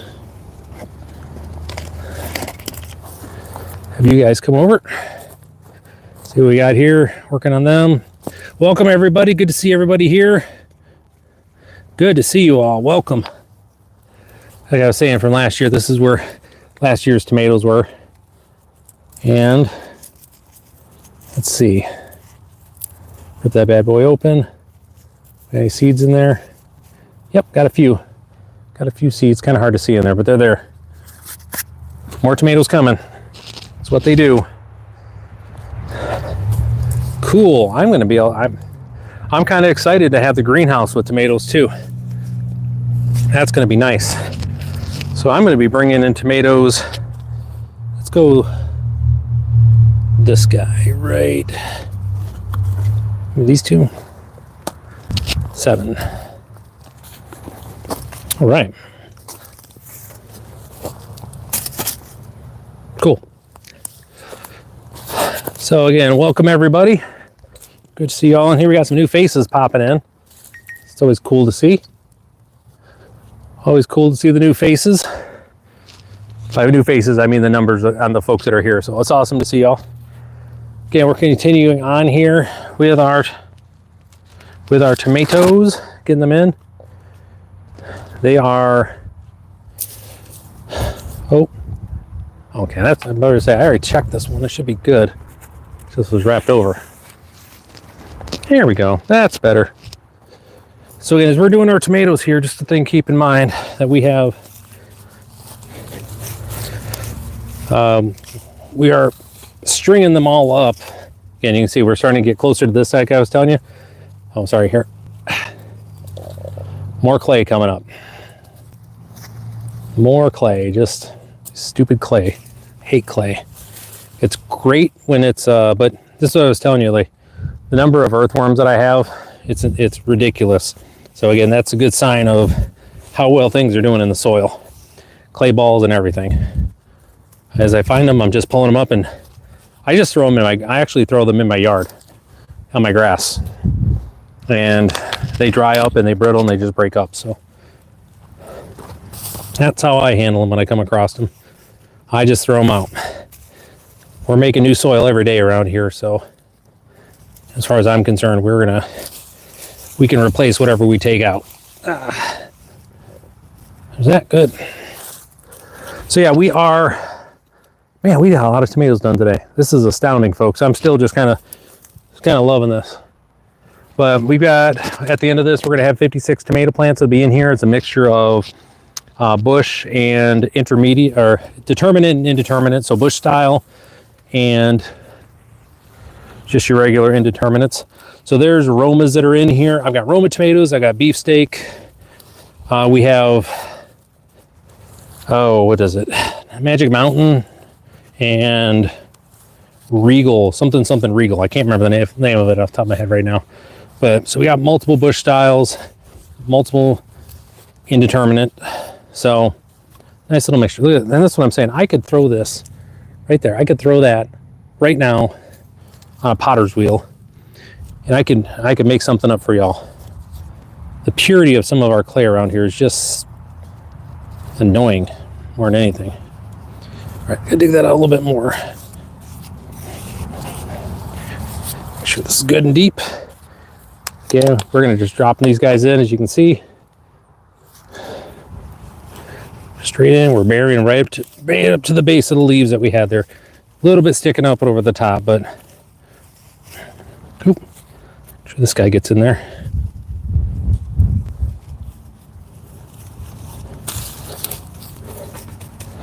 Doing well, doing well. Okay. Well, that's it. Today is tomato day. Hopefully y'all got some, so y'all got quiet on me in the chat. We had some good conversation going on, people sharing what they were growing, kind of stuff they're working with. So hopefully you all have got some stuff in the garden or planning on getting stuff in the garden. Or if you've got you got containers that are on your patio, those are cool too. We love those. Had a gentleman from Qatar, how do you pronounce that? Where he was doing tomatoes and basil and all the good stuff on his, on his balcony overlooking whatever that big old building is that they have in the Burj Khalifa. Am I thinking of the right spot? I think I am. Or it's Dubai. That's Dubai. That's what it was. He was in Dubai. That's what it was. So that was pretty cool. Good to hear that. So, you know, we all got our different things going. I'm just here in Michigan, enjoying a gorgeous day. Can spend some time with you guys doing this stuff. Yeah, so we got this. This has been going so good. We've just been cruising. And getting close to wrap it up here, I think in a little bit. Eventful day here. So it looks like I'm only going to do 6 on this one, because I only have 6 up here, 6 lines. And I don't know why, and I ran out of rope for today, so we're not going to worry about it too much. We're just going to make it work. So that means we're going to have 55 plants, 55 tomatoes going. And what's nice about it is that, you know, especially for the bush, it'll give me two times this year where I can. Because I'll have the, you know, the bush variety, they'll be done when they're done, right? They get to their whatever height that they grow. They do all of their tomatoes and they're done. But my indeterminate varieties, they're just going to keep producing and keep producing and keep producing. This is what we're talking about. We want all this crap out of here. All of that. When all that gone, that's all of that crabgrass. Ugh, more clay. Get out of here, you. So that's the other thing with having multiple different type of varieties. And I've got them all intermixed here. That's another part that I always try to do. I try not to have all my tomatoes the same type all in the same row together. Try to mix it up some. Big piece on that is for disease. Like I said, we're all going to be moving next year anyways. My entire area over here is going to be, come here, you. There we go. This entire area is not going to be tomatoes next year. So it's the last year, at least for a couple of years, with tomatoes in this spot. Tomatoes are going to move over here into Clayville. So I've got a little work I got to do to get that ready. But that's fine. We'll make it happen. All right, so we are gonna put this one in the greenhouse. This one is gonna stay out here. Give you guys a good look at my last tomato that's going in. Check this guy out. Nice and healthy. Real happy with this guy. Looks fantastic. Going in here, gonna be awesome. Well, as we're finishing up here again, folks, just a reminder, my name is Ryan Howe. I'm a business coach. I actually work out of West Michigan, around the country, help small, medium-sized businesses grow, help them get ready to sell. Big piece of what I do. But I also come here pretty consistently in the garden, working on this stuff. So hopefully I earned your subscription today. Love to have you come back. We can share some stories about what you're doing in the garden, what you're seeing, what you're working on. Love hearing all about that. So yeah, we're gonna take a little tour here real quick, just kind of where we're at. Get this guy covered up. Cool, looks great. Let's kind of see what we did today, folks. And see, we've got plenty of tomatoes left over that I'll be repotting. Be growing some in the greenhouse this year, which is also awesome. That's just a whole different level of, well, just goodness to have around. Okay, so let's take a look at what we got here, folks. So I'm gonna flip you around.